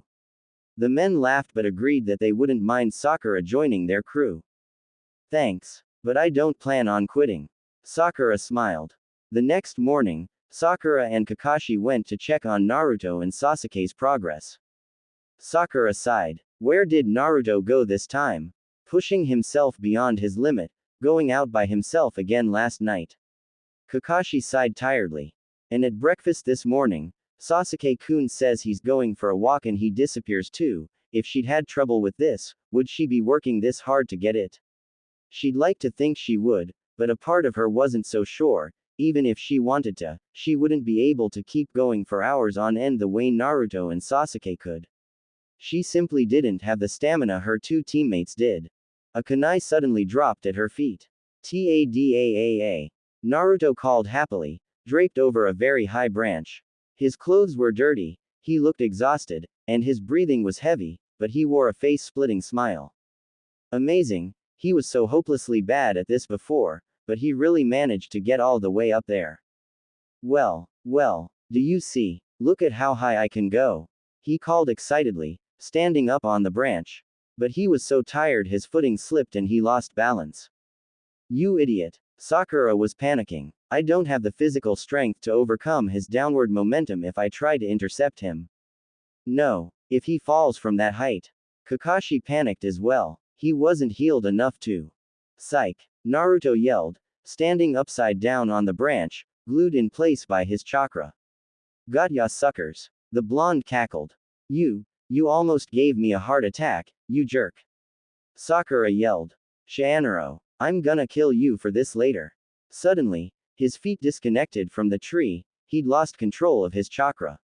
Sakura wasn't sure whether to panic this time or not that it changed much either way, she couldn't do anything to help him. Is it real this time? That little brat. That's what he gets for messing around in the first place. Ow. Naruto's frantic cry was cut off when his movement was suddenly arrested. Sasuke had taken Naruto's spot upside down on the branch and was holding the blonde by the ankle. You bonehead, he admonished flatly. Sasuke. Naruto was torn between being grateful and angry. Great timing, Sasuke-kun. Yes. Sasuke saves the day. He gives me the shivers, he's so cool. She felt her heart rate pick up when he'd appeared out of nowhere and saved their teammate. He really was the hero type.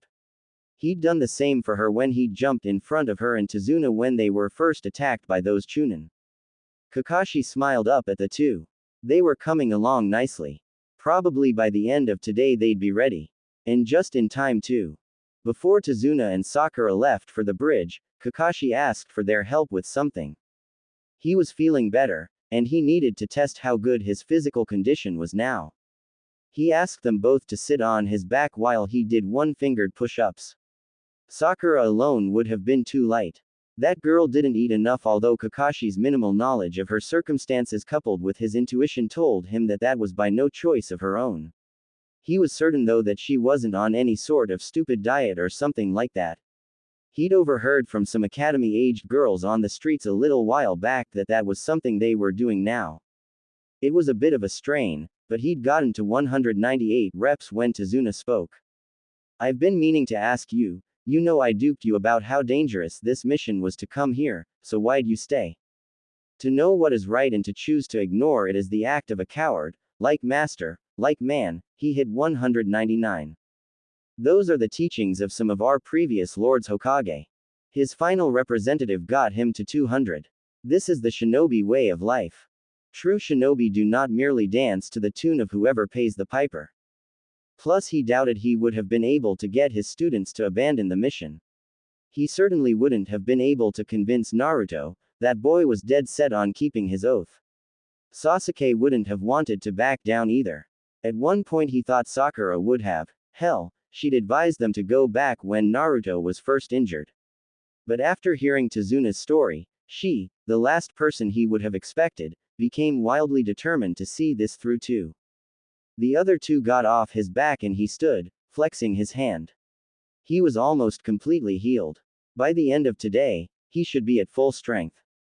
Sakura watched her teacher with keen eyes. She knew what this had been. He was testing himself. And if she had to guess, he was almost completely better. She'd felt a bit of his strain when she'd been adding her weight to his back, but it wasn't that bad. And he'd made it all the way to 200. He should be fully better by tomorrow, but that means our enemy probably is too. That day at the bridge, Sakura worked 3 times harder than she had any of the previous days. She was determined to get as much of the bridge built as possible before Zabuza inevitably showed up again. Seeing her work so hard made the construction crew work even harder. After all, they couldn't let themselves be shown up by a pink-haired little girl. They stayed later too, working through sunset and only calling it a day at twilight when there was too little light to continue working. Sakura escorted Tazuna home, both tired from the long day. You two are back later than usual. Kakashi commented. Sakura noted that his eye lingered on her for some reason, and that the crutch he'd been using to help him walk was nowhere around. I'll say. Go wash up. Dinner's almost ready. Tsunami agreed. Thank you, Tsunami-san. Sakura said politely before excusing herself to the restroom. Maybe that was why her sensei had studied her for so long. Her clothes were covered in dirt and sawdust, and she definitely had a wood chip in her hair. Her hands were even stained with metal dust. Not at all how she was expected to look after an uneventful day doing nothing but keeping an eye on their charge. She washed and changed quickly, giving her dirty clothes a quick soak in soapy water before setting them on the outside porch to dry. She only had one change of clothes in her pajamas, which she wore currently. She hurried to the table just as Tsunami laid out the food. Sakura was excited. She was quite hungry from all the laboring today. Sakura had been eating better here than she had in her own home. Tsunami always gave her a full portion, unlike at home where she frequently gave her mother the larger portion, and despite never asking for seconds, Tsunami would automatically refill her bowl when it was empty. For her part, Tsunami had noted how skinny Sakura was. How her clothing, despite being clean, was far more worn than the others. How she was always so aware of how little the land of waves had unconsciously tried not to burden their family. She was a mother after all, and mothers were observant when it came to children. These observations had led her to one conclusion. Sakura understood them in a way the others didn't. She likely had some level of experience with poverty. It made her want to look out for the girl more, at the very least feed her as much as she could. About a quarter of the way through dinner, the door creaked open to reveal a slightly dirty Sasuke supporting a very dirty and worn-out Naruto. So you're finally back. Looking like someone the cat dragged in. Tazuna greeted.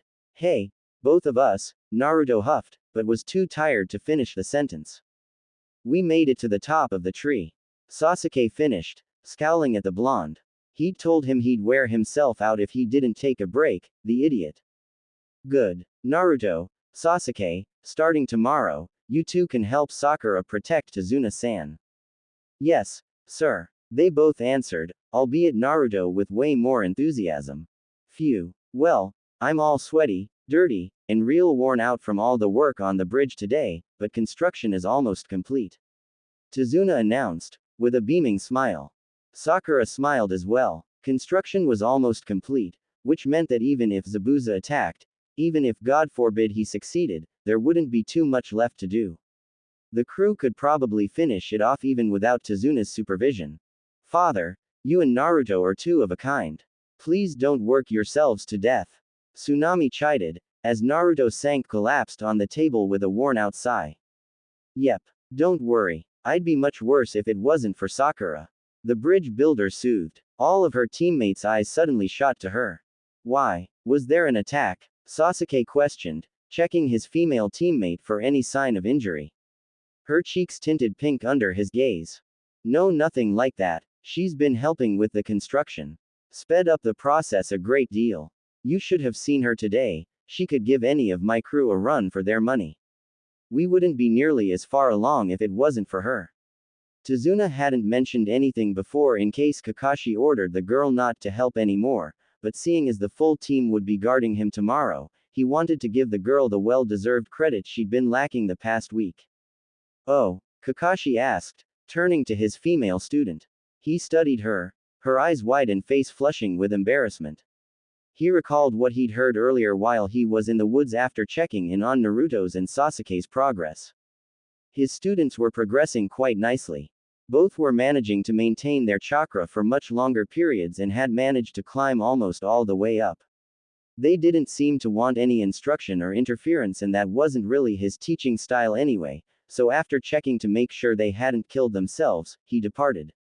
He decided to fit in some light training himself, just to make sure he really was in peak condition for their next confrontation, and went for a run through the woods. He hopped from tree to tree efficiently and without much strain, but stopped and hid his presence when he heard voices coming his way. Agaya, you sure we can eat these? A boy of about 10 asked, a little rudely. That's what Oni-chan said. But she said you have to soak them until the water is clear first. Then you can roast them. I tried it at home and they were really good.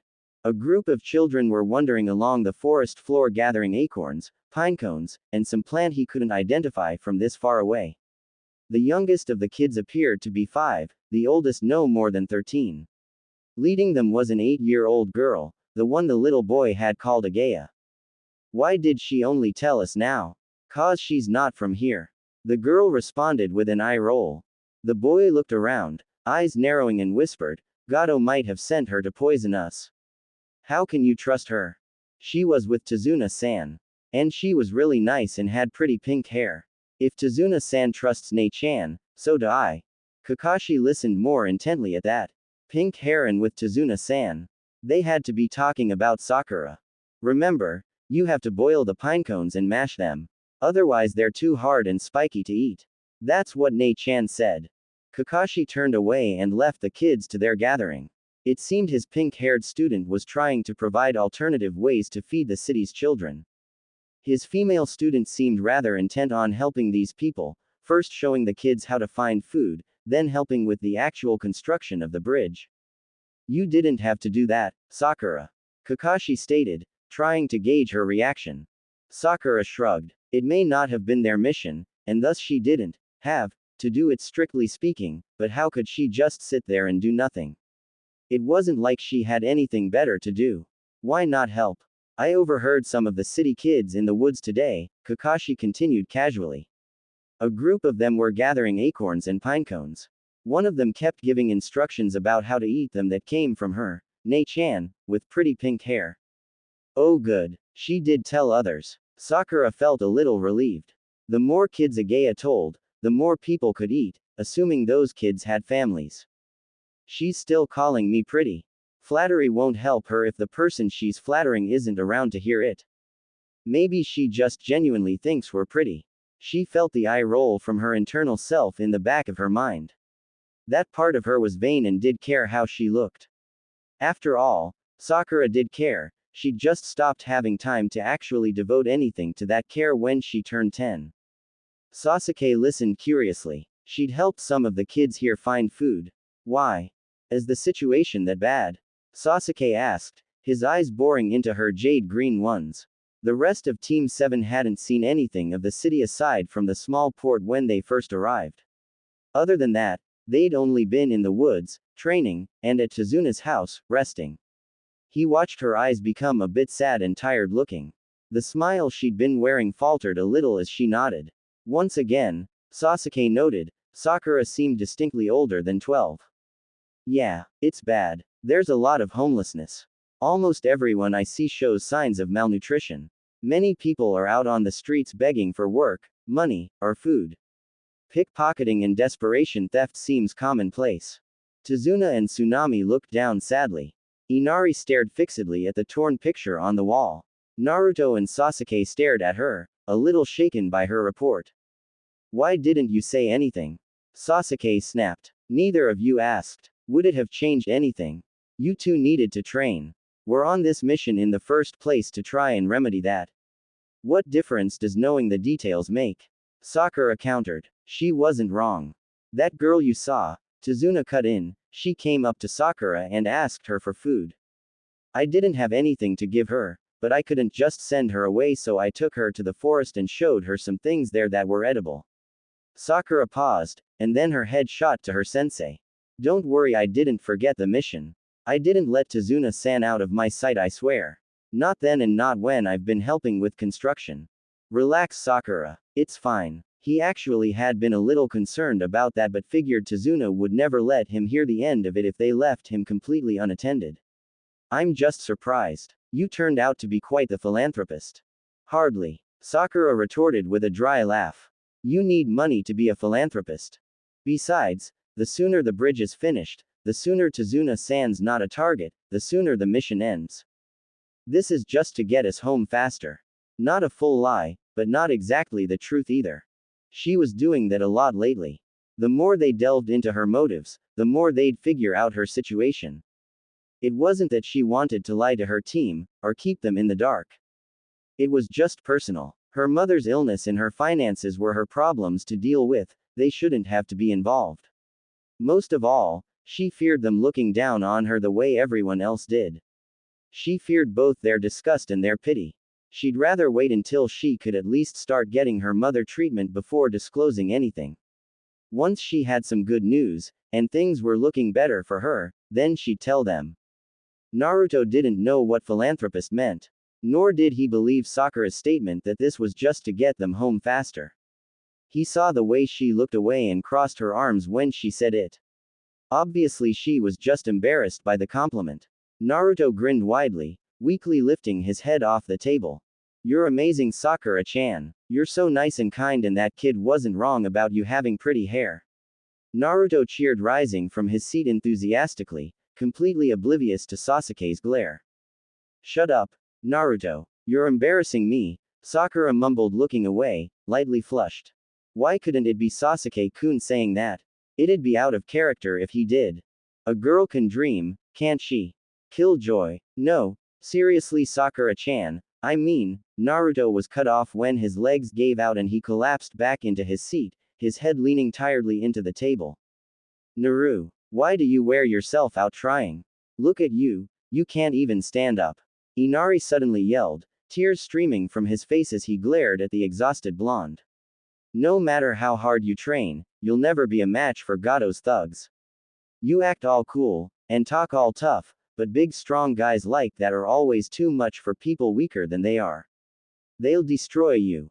Everyone in the room stared at the boy in shocked silence. The explosion seemed to come from nowhere. Shut up. I'm not you, and I'm not gonna lose.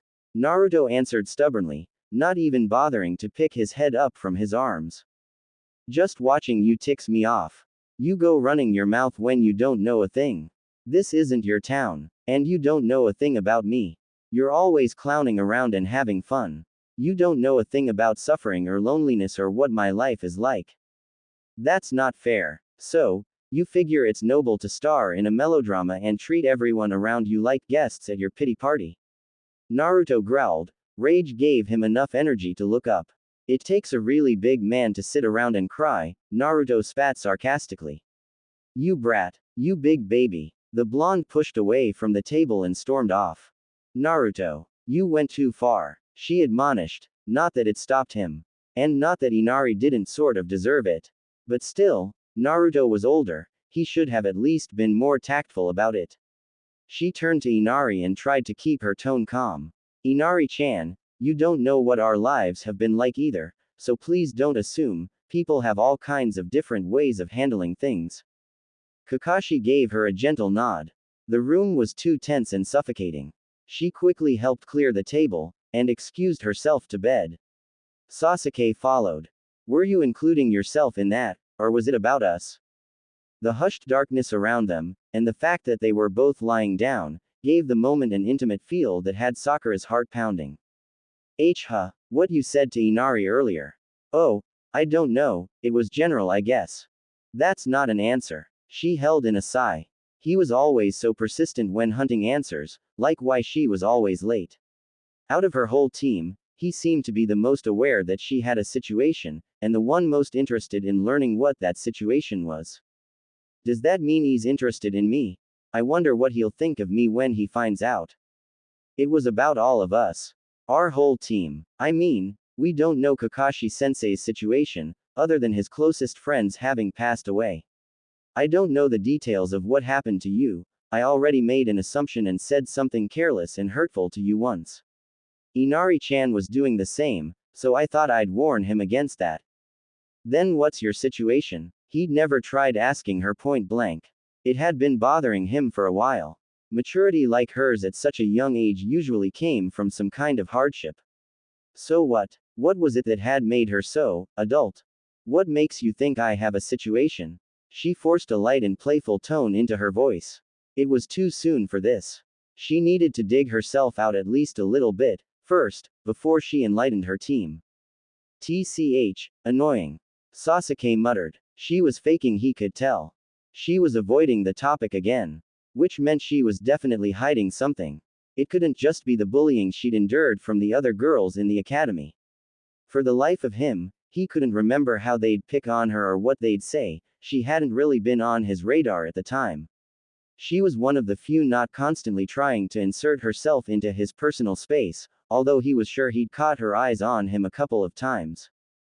Don't worry, I'm fine, she told him. She kept saying things like that to reassure him, as if he was concerned. He wasn't. He wasn't worried about her. He was just curious. That was all. He tried to ignore the needling instinct that told him that anyone who claimed they were fine, 95% of the time, were not. Annoying. What did we do this time? Well, he has kind of asked me about myself a few times and I keep dodging, so I guess that would be annoying. Why does he want to know? Why wouldn't he? We're teammates. Maybe he loves us. Why is that always the conclusion you jump to? Sasuke sighed. There was no point in continuing this conversation. She wasn't in a forthcoming mood and she'd just keep dodging anyways. She really was different. Most girls practically threw themselves at his feet, wanting to bombard him with all the inane details of their lives and claiming they wanted to know everything about his, not that they'd be able to handle it if he told them. They'd run the other direction. But this girl did everything she could to keep her life painted in the broadest strokes possible. She worked so hard to evade any questions that might give her away. But her actions betrayed her. Working so hard on the construction of the bridge, giving the children another way to feed themselves, it was like she deeply cared for these people and wanted to do everything she could to help them. Why? Sure, it was the good and right thing to do. But her actions seemed to hold more weight than just that. It was like there was something personal for her about it. And the ways she would yell at Naruto, there was something almost motherly in her word choice. She was so nurturing and gentle when treating injuries, like caregiving was second nature to her. Did Sakura have a younger sibling or something? Sasuke had let the conversation die and Sakura tried not to let that bother her. She didn't want him to keep asking about her life, she wasn't ready to tell him yet. But she really liked talking to Sasuke. There was something oddly soothing about his blunt manner. His voice relaxed her and his presence made her feel safe and secure. She couldn't even begin to know why that was the case, but she wasn't about to question it. She so rarely had a sense of security and stability in her life, so she would cling to it wherever she could find it. Hey Sasuke-kun. Congrats on finishing your training, we can be together now, our team, I mean. Doubtful. That idiot's probably going to be too tired to join us tomorrow. He's probably passed out already. That was worrying. Sasuke was right. He'd been exhausted, and he probably hadn't stayed conscious for long, but he hadn't come back to the room. If he was passed out. Sakura stood up, fully ready to track him down, but no sooner had she done so than the door opened. Kakashi came in carrying a sleeping Naruto. He glanced at his students, one standing with a look of concern painted across her face, the other staring back at him with an unsurprised expression. Is he okay? Where was he? Sakura hissed in a demanding whisper. He's fine. He fell asleep on the roof. I assume he went up there to calm down. Kakashi answered calmly. Sasuke watched as Sakura tucked Naruto in, making sure he was fully covered by the blanket. She was doing it again, that almost motherly thing that was so strange to see from a 12-year-old girl. She had to have a younger sibling, that had to be it, after all, his brother used to. He turned away from the scene sharply. Whatever his brother used to do meant nothing anymore. Sakura settled back into her sleeping mat, satisfied that Naruto was safe. If Sasuke's presence made her feel safe and secure, both her teammates' presences made her feel reassured. It made her feel like she had a full family again, instead of the one she did have, which was only half full and hanging on by a thread. She drifted off to her light, patchy sleep, with a warm feeling in her chest. Well, please take care of Naruto. He's worn himself out. I doubt he'll be able to more for the rest of the day. Kakashi warned Tsunami, as the group got ready to go. We're off, Tsunami. Tazuna called. Bye. She waved them off as the group set out. The warmth Sakura felt about being with her full team again had worn off, replaced by a sense of foreboding. The walk was calm and serene, which felt off to Sakura. Their enemies had recovered by now. They should be on the move. They should be stopping them. Wouldn't it make most sense to try cutting them off before they reach the bridge? She passed a hand through her hair to calm herself.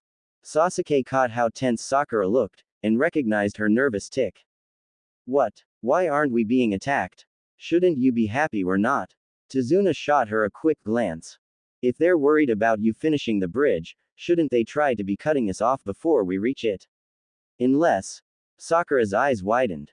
Unless they knew even if he reached it he wouldn't be able to complete it, but how would they know that? Even if they sabotage the bridge, he and his crew could repair the crew. Sakura started running. The group was startled by the girl's reaction, but had learned to trust her analysis, and picked up speed as well. They weren't far from the bridge anyways. Sakura, what is it? Kakashi prompted sternly. They would try to stop us on the way unless they knew there was no way he'd finish even if he got there. The only way that would be the case was if he did something too. They reached the bridge and stopped abruptly at the scene before them.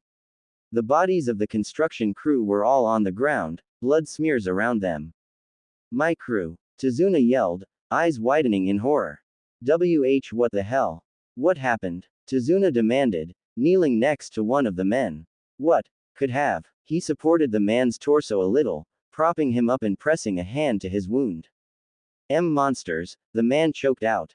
I'll kill him. I swear I'll kill him. How dare he hurt these people? Sakura felt nauseated when she ran over to Tazuna and pulled him back towards Kakashi and Sasuke. She wanted to check on the injured men, help them if it was at all in her power. She'd been working with them, by their side for a week now.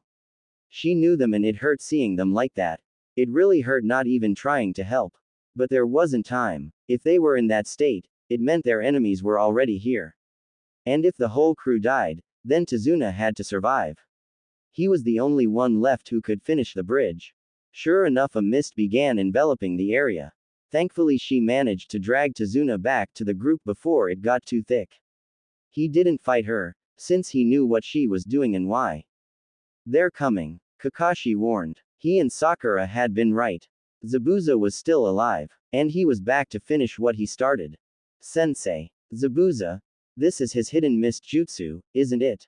Sakura recognized. Her memory always had been near perfect. Been a while, Kakashi. His gravely voice rumbled from all around them, completely obscured by the mist. And I see you've got those brats tagging along, just like last time. And the little boy is trembling again, poor thing, the missing nin mocked. The mist cleared enough to reveal that they were completely surrounded by his water clones. Sakura yanked the bridge builder behind her. I'm shaking with eagerness for a rematch. Sasuke smirked confidently. She wished she had that kind of battle confidence. Zabuza seemed to find the thought amusing. Kakashi just smiled. Go ahead, Sasuke. He was incredibly fast. In a whirl of speed, he slashed through all the clones with kunai, returning to his original location as water splashed around him. She barely even saw the attack. And he was standing with so much poise and grace. He may not have been a dancer, but he moved damn well.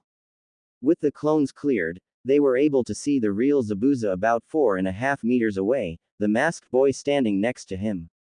Well, my water clones were obviously no match for you. It seems the brats have matured quite a bit into worthy rivals, Haku. Indeed. The masked boy answered. So his name was Haku. Looks like you were right, Sakura. Our mysterious masked friend is playing on Zabuza's team. You've got some nerve, tricking us like that and shamelessly appearing now. She growled at the masked boy. This one's mine, Sasuke said authoritatively, his glare trained on Haku.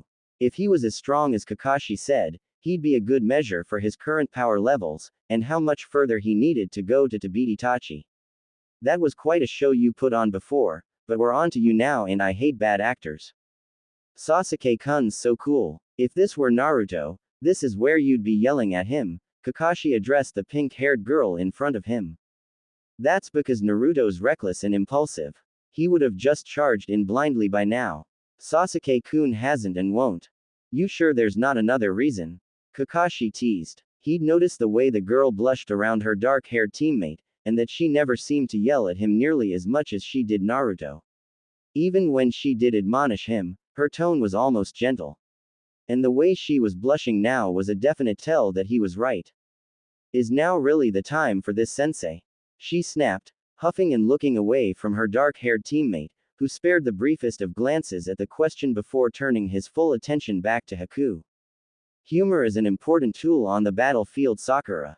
Kakashi tossed back lightly before letting the subject drop, studying the missing nin in front of them. There was a whirl in front of them, as Haku suddenly appeared, swiping at Sasuke, who just barely managed to deflect.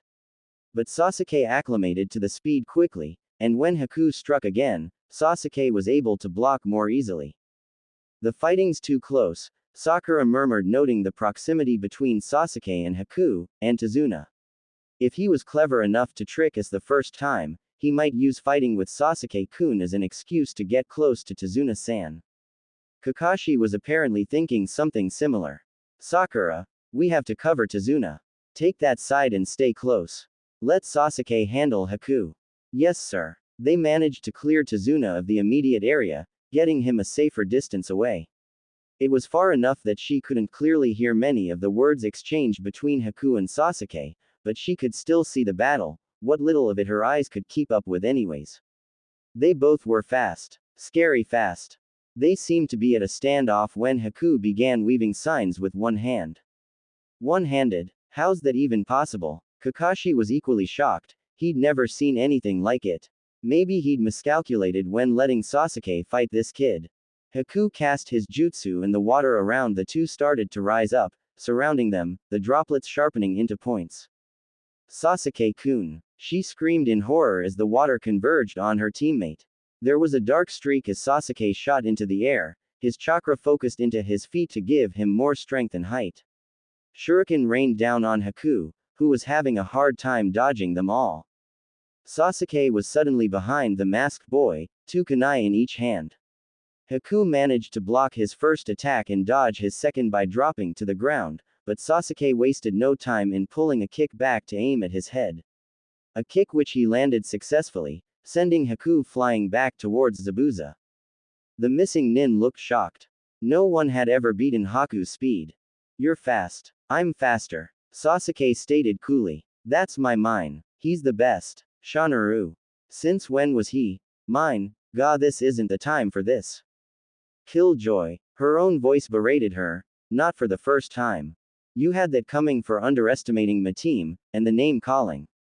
Kakashi stated calmly, though there was a small hint of smugness in his tone. He may not look like much, but Sasuke here is the top-rated rookie from all of Konoha, I'm sure you can see why. And Sakura here is our sharpest mind. She figured out what was going on here even before I did. You're damn right we are. Shanaru. And last but not least, let's not forget our number 1 knucklehead ninja, the maverick showstopper, the one and only Naruto. Despite Kakashi's praise, he still managed to look rather bored. Zabuza's gravely laugh carried ominously. That's not a good sign. What's that eyebrow-less freak laughing about now? Haku, you do understand that if this goes on, you could end up dying at the very hands of the person you sought to spare. Yes, I do. What a pity. Haku seemed to emanating a cold front. The temperature of the area noticeably dropped. Haku began to weave signs. Secret ninja art. Ice crystal magic mirror jutsu. The water surrounding Sasuke rose up again, but this time instead of forming sharp points, it took the shape of various rectangles, which hardened over into a dome of reflective icy mirrors, encasing Sasuke. Kakashi's eye went wide. He didn't know this technique, which meant he had no idea if his student could handle it. Haku entered one of the mirrors from the outside. This can't be good. Inside the dome, an image of Haku appeared in every mirror, surrounding Sasuke. Damn. Kakashi jumped towards the mirror dome. Whatever this jutsu was, it was powerful. But before he could reach it, Zabuza intercepted him. Let's not forget, I'm your enemy. Our children can play together while my boy kills yours. Kakashi glared. This was definitely not good. He needed to get to Sasuke now. Focus Sakura. There's got to be something you can do to help, figure it out. There has to be a trick to undoing a jutsu like this. Put your sharp mind to work and figure it out already. Mirrors. Why mirrors? What can mirrors do? Inside the dome, Haku tossed a single Senbon, cutting Sasuke's upper arm. Suddenly Senbon were flying everywhere, shredding across him. There were too many. It hurt. A lot. He screamed. Sasuke. Kakashi yelled, hearing the boy's scream of pain. Any sudden moves, and I'll kill those other two. Zabuza yelled, planting himself firmly in Kakashi's way. Mirrors, reflect. Haku went into one. The jutsu probably lets him reflect himself into the others, and his reflections do whatever he does, but, how do you beat it? Sasuke let out another scream. She couldn't take it. She couldn't just stand here and do nothing, but that would mean leaving Tazuna open. Tazuna-san, I'm sorry, but I'm going to have to leave you for just a little bit. Tazuna stared at the girl who'd worked so desperately to help him save his people. How could he stand in the way of her saving hers? Go ahead. I'll be fine. She jumped off immediately. I'm doing what I always accuse Naruto of, running in without a plan. But I can't just stand here thinking while Sasuke-kun, I need to do something. Running into the dome's a no, but maybe if I try to break a mirror from the outside. She tossed a kunai as hard as she could at one of the mirrors, but Haku popped halfway out of the mirror and caught it. He hadn't prepared for the shuriken that seemed to come from nowhere, almost slicing his neck off and forcing him to pull himself out of the mirror to dodge. Kakashi and Zabuza turned to look in surprise. Who? It couldn't be. Sasuke smirked from where he lay on the ground, bleeding from multiple cuts. It was about time that dead last show-off got here. Uzumaki Naruto. At your service. The blonde announced boisterously. Here I am to save the day. You know how the story goes. Things look bleak, till the hero arrives and then POW. Bye bye bad guys. He is truly an idiot with great timing. Ugh, what we really needed was an ambush. Kakashi stared at his blonde student, eye wide with exasperation. That little. He just had to run in and paint a target on himself. Sakura had been right again, he really did always run in recklessly. Zabuza smirked. This brat again. Leaning back he chucked several shuriken at the loudmouth, intending to get him out of Haku's way, but strangely, they were all knocked aside by Senbon. What are you doing? He demanded of the masked boy. Zabuza sir, please let me have this boy. I want to fight him in my own way. So you want me to keep my hands off him, Haku? How charmingly naive of you, as usual. Sasuke snorted. That guy naive. Yeah right. It's like Sasuke was being cut to ribbons by 1,000 needles, but the cuts were superficial.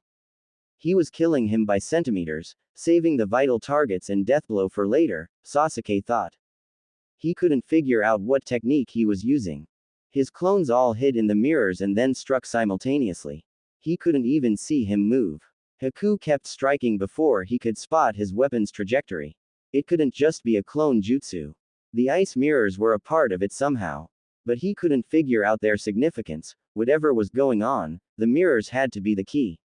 His only chance was to concentrate on the battle here and trust Naruto to set him free from the outside. He'd probably be able to with Sakura's insight. Yo, Sasuke Tem, I'm here to rescue you.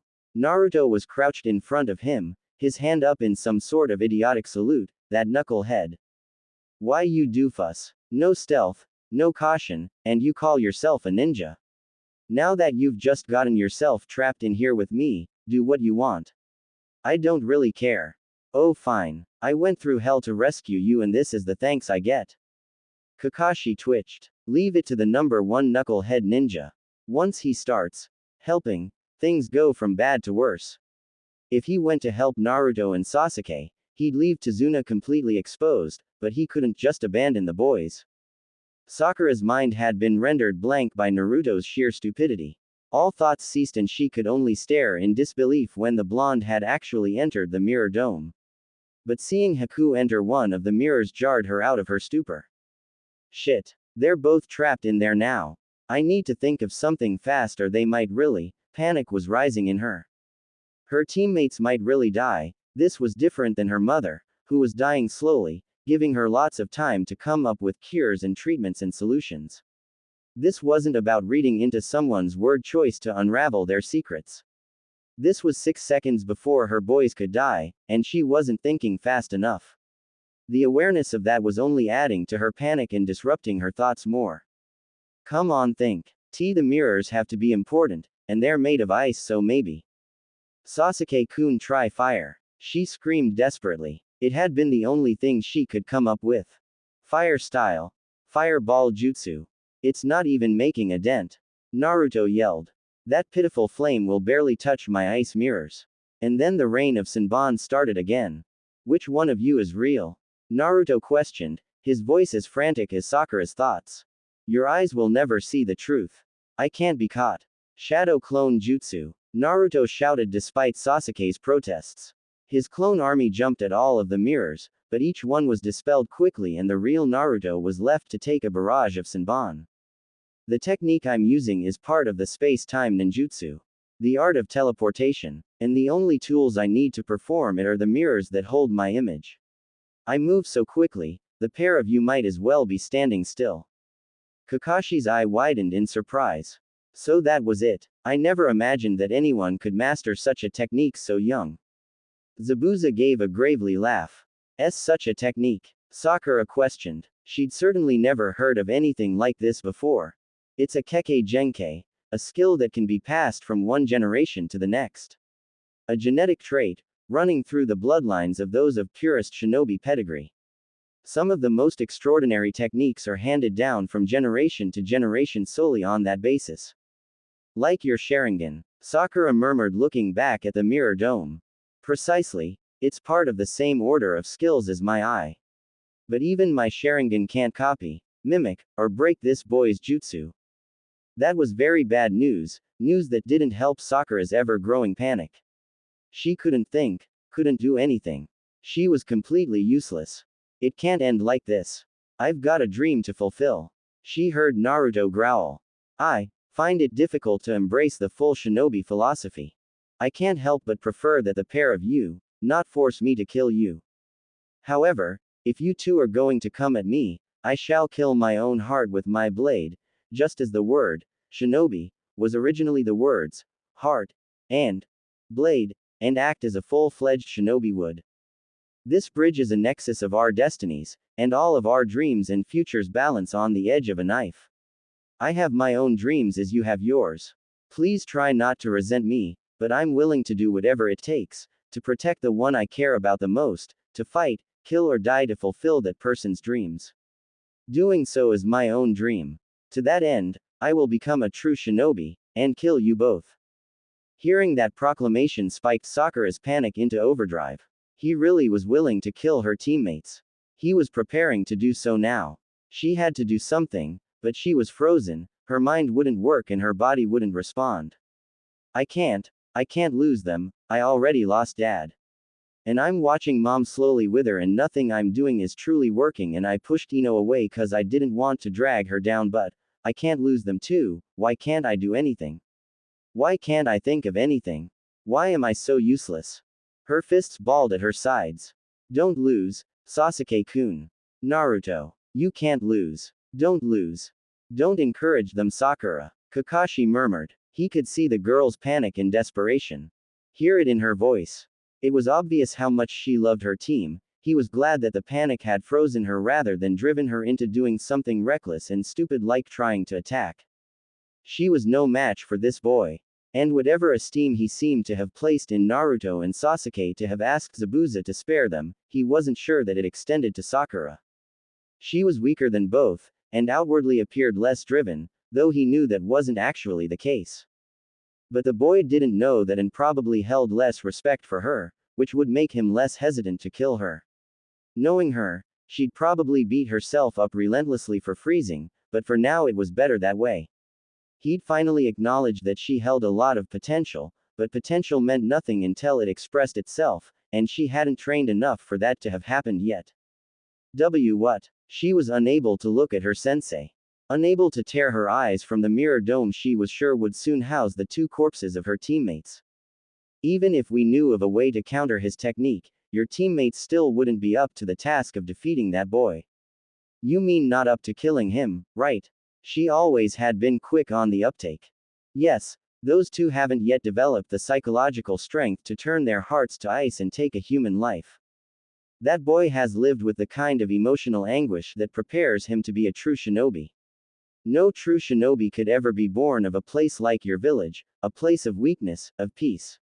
You don't live with death, or grow up needing to kill to ensure your survival. In you those skills, and the mindset they require, die stillborn. Zabuza growled, his voice grating. Uchiha and Uzumaki, those poor boys have had it rough. He's wrong. His entire clan was killed. They have been in anguish, all alone. At that time, I was crying, that man, he left me alone, with no one. I've never had anyone to rein me in. Even Kakashi-sensei. This is a memorial. It has the names of my friends engraved on it. They've all lived in pain, having to take care of themselves alone. Hell, Sasuke-kun's goal for the future is to kill someone, and I've grown up living with death. I'm forced to watch my mother die daily, and I've grown up having to steal and scrape to survive, and to buy time. The fact that any of us manage to keep waking up and trying is strength. There is no way people like us can't prepare ourselves mentally to do whatever we must, regardless of the peaceful village we come from. Shanaru. How dare he look down on us when he doesn't know what we've been through? Sakura turned and looked Zabuza dead in the eye with a murderous glare. You know nothing about what we've been through. Our peaceful village does not ensure survival, and this team has suffered more than enough emotional anguish you claim is so necessary for the shinobi mindset. Don't think for 1 second that we're incapable of killing if that's what's needed. Her tone was as lethal as her eyes. Zabuza was actually a little impressed. In that moment, the little girl looked like she could harden herself and commit murder. Clearly she at least did have some kind of emotional anguish she'd been living through. Not that he could fathom what that could have been. What did any of these kids suffer in a village like theirs? Kakashi was floored. The look in her eyes was hardened. He would have expected it from Sasuke maybe, but not from her. She freaked out over her team's minor cuts, had medicinal herbs memorized, and created a very effective healing ointment. She offered to help build this bridge and taught the city children about additional food sources. If anything, she seemed to deeply value life. Yet it seemed that if it came down to having to kill, she was the first on the team who might actually be able to deal that final blow, and to look at Zabuza with that murderous intent and speak in that deadly tone, knowing their vast difference in power, the level of bravery and recklessness that was far from what he ever would have expected from Sakura. She may have been brave, but he didn't think it was that much, and she was the exact opposite of reckless. Well said, Sakura. You'll forgive me if I put an end to this, Kakashi said, glaring at Zabuza as he moved to lift his forehead protector from his eye. Hey, going to use the Sharingan. What a vulgar maneuver. So obvious, so lacking in finesse. Zabuza charged, kunai in hand, and stabbed at Kakashi's still hidden Sharingan. The kunai met flesh, but it was that of his hand, which he'd used to block the incoming blade. His blood dripped to the ground. You can sneer all you want about my lack of finesse, Zabuza, it doesn't change the fact that you're afraid of the Sharingan. And of me, Kakashi said darkly. Zabuza chuckled. A ninja's secret weapon should be employed judiciously, not displayed at random to every foe you face. That may be true normally, but that doesn't apply to a skill like the Sharingan. He would have to use it often. The more jutsu he copies, the more powerful he becomes. You should feel privileged. No one has ever lived to see the Sharingan a second time. And no one will see it thrice. Hehe, by all means, defeat me if you can. You still won't have what it takes to kill Haku. He's not wrong. Kakashi-sensei said he couldn't beat his Kekkei Genkai, and that Haku was more powerful than him. As they are now, Naruto and Sasuke-kun don't stand a chance. Think Sakura, think damn it. Since he was a toddler, I've beaten his skills into him. Even in the face of unthinkable adversity, he has always prevailed. He's lost his regard for his own life and become a killing machine, a true shinobi. That's horrible. Sakura couldn't help but feel for the boy, but also strangely, she could relate a little. Her mom had admonished her several times on how little time she spent on herself. Sasuke had too, in a way. He'd never exactly said it, but she saw the looks he gave her whenever she neglected her own injuries in favor of her team's, or how she always held back her thoughts in concern for her teammates' emotions. She didn't remember what it was to care about her own life. The only reason she'd been breathing so long was to care for her mother. When she'd been placed on Squad 7, her teammates also joined that reason. But if dying meant she could cure her mom, she would in a heartbeat. If dying meant saving her teammates' lives, she'd do it, no questions asked. His skills even surpass my own, Zabuza continued, and he bears within him the formidable legacy of an inherited Kekkei Genkai. I need to focus. His Kekkei Genkai, he said he needed the mirrors as his conduit, so without them he can't teleport. So to beat the technique, you have to break the mirrors, but how?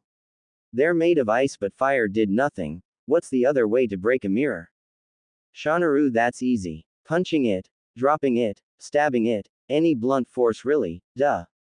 But they can't get close enough, and I'm not strong or fast enough to break it from the outside.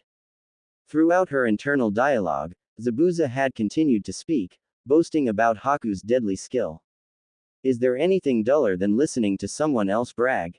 It's showtime, Kakashi declared, pushing Zabuza back a little and finally revealing his Sharingan. Perhaps you'll permit me one more boast. You turned a pretty phrase at our last encounter. Frankly, I've been dying to steal it. Sakura had a feeling she knew where this was going and she didn't like it. Something to the effect of, just so you know, the same spell won't work on me twice. Having had the chance to see it in action, I now have a thorough understanding of the arcane workings of your Sharingan. There was more to our previous battle than the apparently humiliating defeat I permitted you to hand me.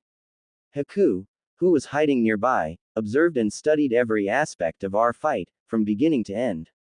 Haku is extremely intelligent. For him to see a technique is to analyze and understand it. And with that understanding he can develop effective countermeasures. Kakashi's eyes bounced very briefly to Sakura. She was similar, but far less experienced and weaker. The potential was definitely there, but as of right now, Haku's insight would definitely trump hers. She knew it too. Damn it. That's my only calling card at the moment. That little punk has to take everything. Okay, thinking about beating his Kekkei Genkei's getting me nowhere, but I should be able to figure out his analyses, right?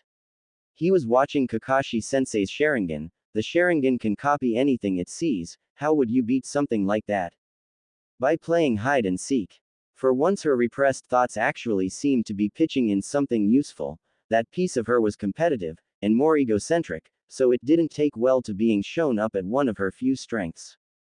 Unfortunately, she reached this conclusion too slow. Hidden Mist Jutsu. Fog began to slowly roll in an obscure Zabuza's form. Sensei. He's going to try to keep you from seeing him. He'll probably hide in the mist and attack from your blind spots. The last time he did this, he went directly for his real target, the bridge builder. She cast a very quick hesitant look at the mirror dome. There's nothing I can do for them, I can't even come up with anything. I'll just have to trust Sasuke-kun and Naruto, and focus on the mission. She wasted no more time in darting in front of Tazuna. Understood. Kakashi called, grateful and impressed with his student's quick reverse analysis and sense of duty. I'm counting on you to protect Tazuna. The fog was getting so thick, they could barely see their hands in front of their faces. Sakura could feel Tazuna's tension at her back. This air is charged with his energy. Stay by my side, Tazuna-san. All right, Sakura. The fog was so thick, she had no idea how Zabuza himself could see. She could no longer see her sensei, and tried to rely on her hearing to parse what was going on with their battle. Kakashi's ears jerked as he heard the faint whistling of several shuriken through the air, managed to block them all, but jolted when he felt Zabuza's presence behind him. You repelled those nicely. No less than I'd expect from the great Kakashi of the sharing. However, the next time you see me it'll be the end. Kakashi looked at Zabuza, his body tense with adrenaline and anxiety. To his shock, the missing nin's eyes were closed. You've overestimated the value of your Sharingan. What? Zabuza laughed. You pretend it enables you to penetrate all, but you've turned out to be a false prophet after all, Kakashi. You can neither read my mind nor the future. In other words, your precious Sharingan is just an elaborate hoax, a confidence trick you play in order to psych out your opponents. More precisely, it combines clarity or perception and insight on your own part with the ability to all but hypnotize those around you. Using those skills in concert, you are able to create your illusions through a combination of mimicry, from movement to thoughts, to the skills of those you fight. Prancing around acting like you can see the future. Kakashi tensed even more. Zabuza's voice surrounded him in the fog, continuing to pick apart his impression of the Kakashi's visual jutsu. Sakura had been right. He was attempting to completely nullify Kakashi's eye by attacking from blind spots, reducing visibility, and giving him as little to read as possible. You analyze my superficial movements, copy them, and use the rapidity of the turnaround to induce fear and insecurity. Once you're certain you understand what's going on in my heart and mind, you calculate just what to say to bend my mind to your will, and then, you calculate when my insecurities have reached their fever pitch, and you lay your trap. You use hypnosis to trick me into signaling what technique I'll use and how I'll be using it. Then all you have to do is mimic it. Is that right? There has to be more to it. That sounds like a trick anyone incredibly smart and observant could pull, without some special dojutsu. Sakura tensed, when she heard movement behind the wall of fog. Zabuza must have made some sort of move. Was Kakashi-sensei able to counter? How can he fight when he can't see anything? With my eyes closed, I eliminate the possibility of your hypnotizing me while we're in close proximity. But then, while I can't use my own eyes, you can't use yours either. Kakashi countered. Ah, but you forget, I am trained in the art of silent killing. My genius lies in the ability to hunt by sound alone. I almost forgot he's an assassin. If he's talking about hunting, his real target right now is. Sakura's eyes widened, her senses on high alert, clutching her kunai tighter. She jolted when she heard the slow draw of metal from behind her and Tazuna. Damn, of course he'd attack from our blind spot as well. I have to move fast. She immediately placed one foot behind Tazuna and gracefully spun and pivoted so her small body blocked as much of his back as possible, her kunai held determinedly in front of her as she faced the assassin her sensei struggled to beat. Zabuza swung his heavy sword, and to her own frustration, she felt her eyes close in anticipation of the blade's sharp sting.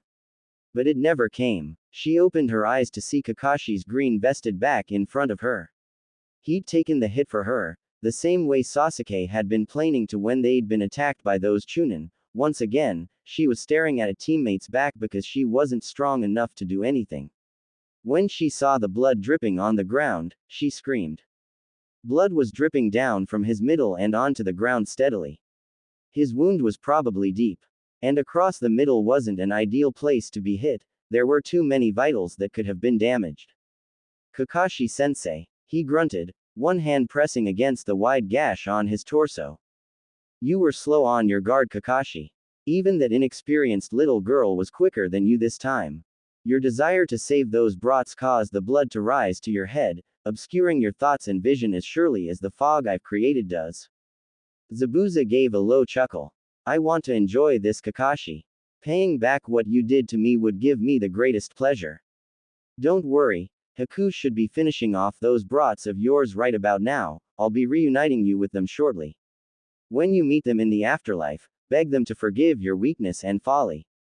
Zabuza burst into full dark laughter.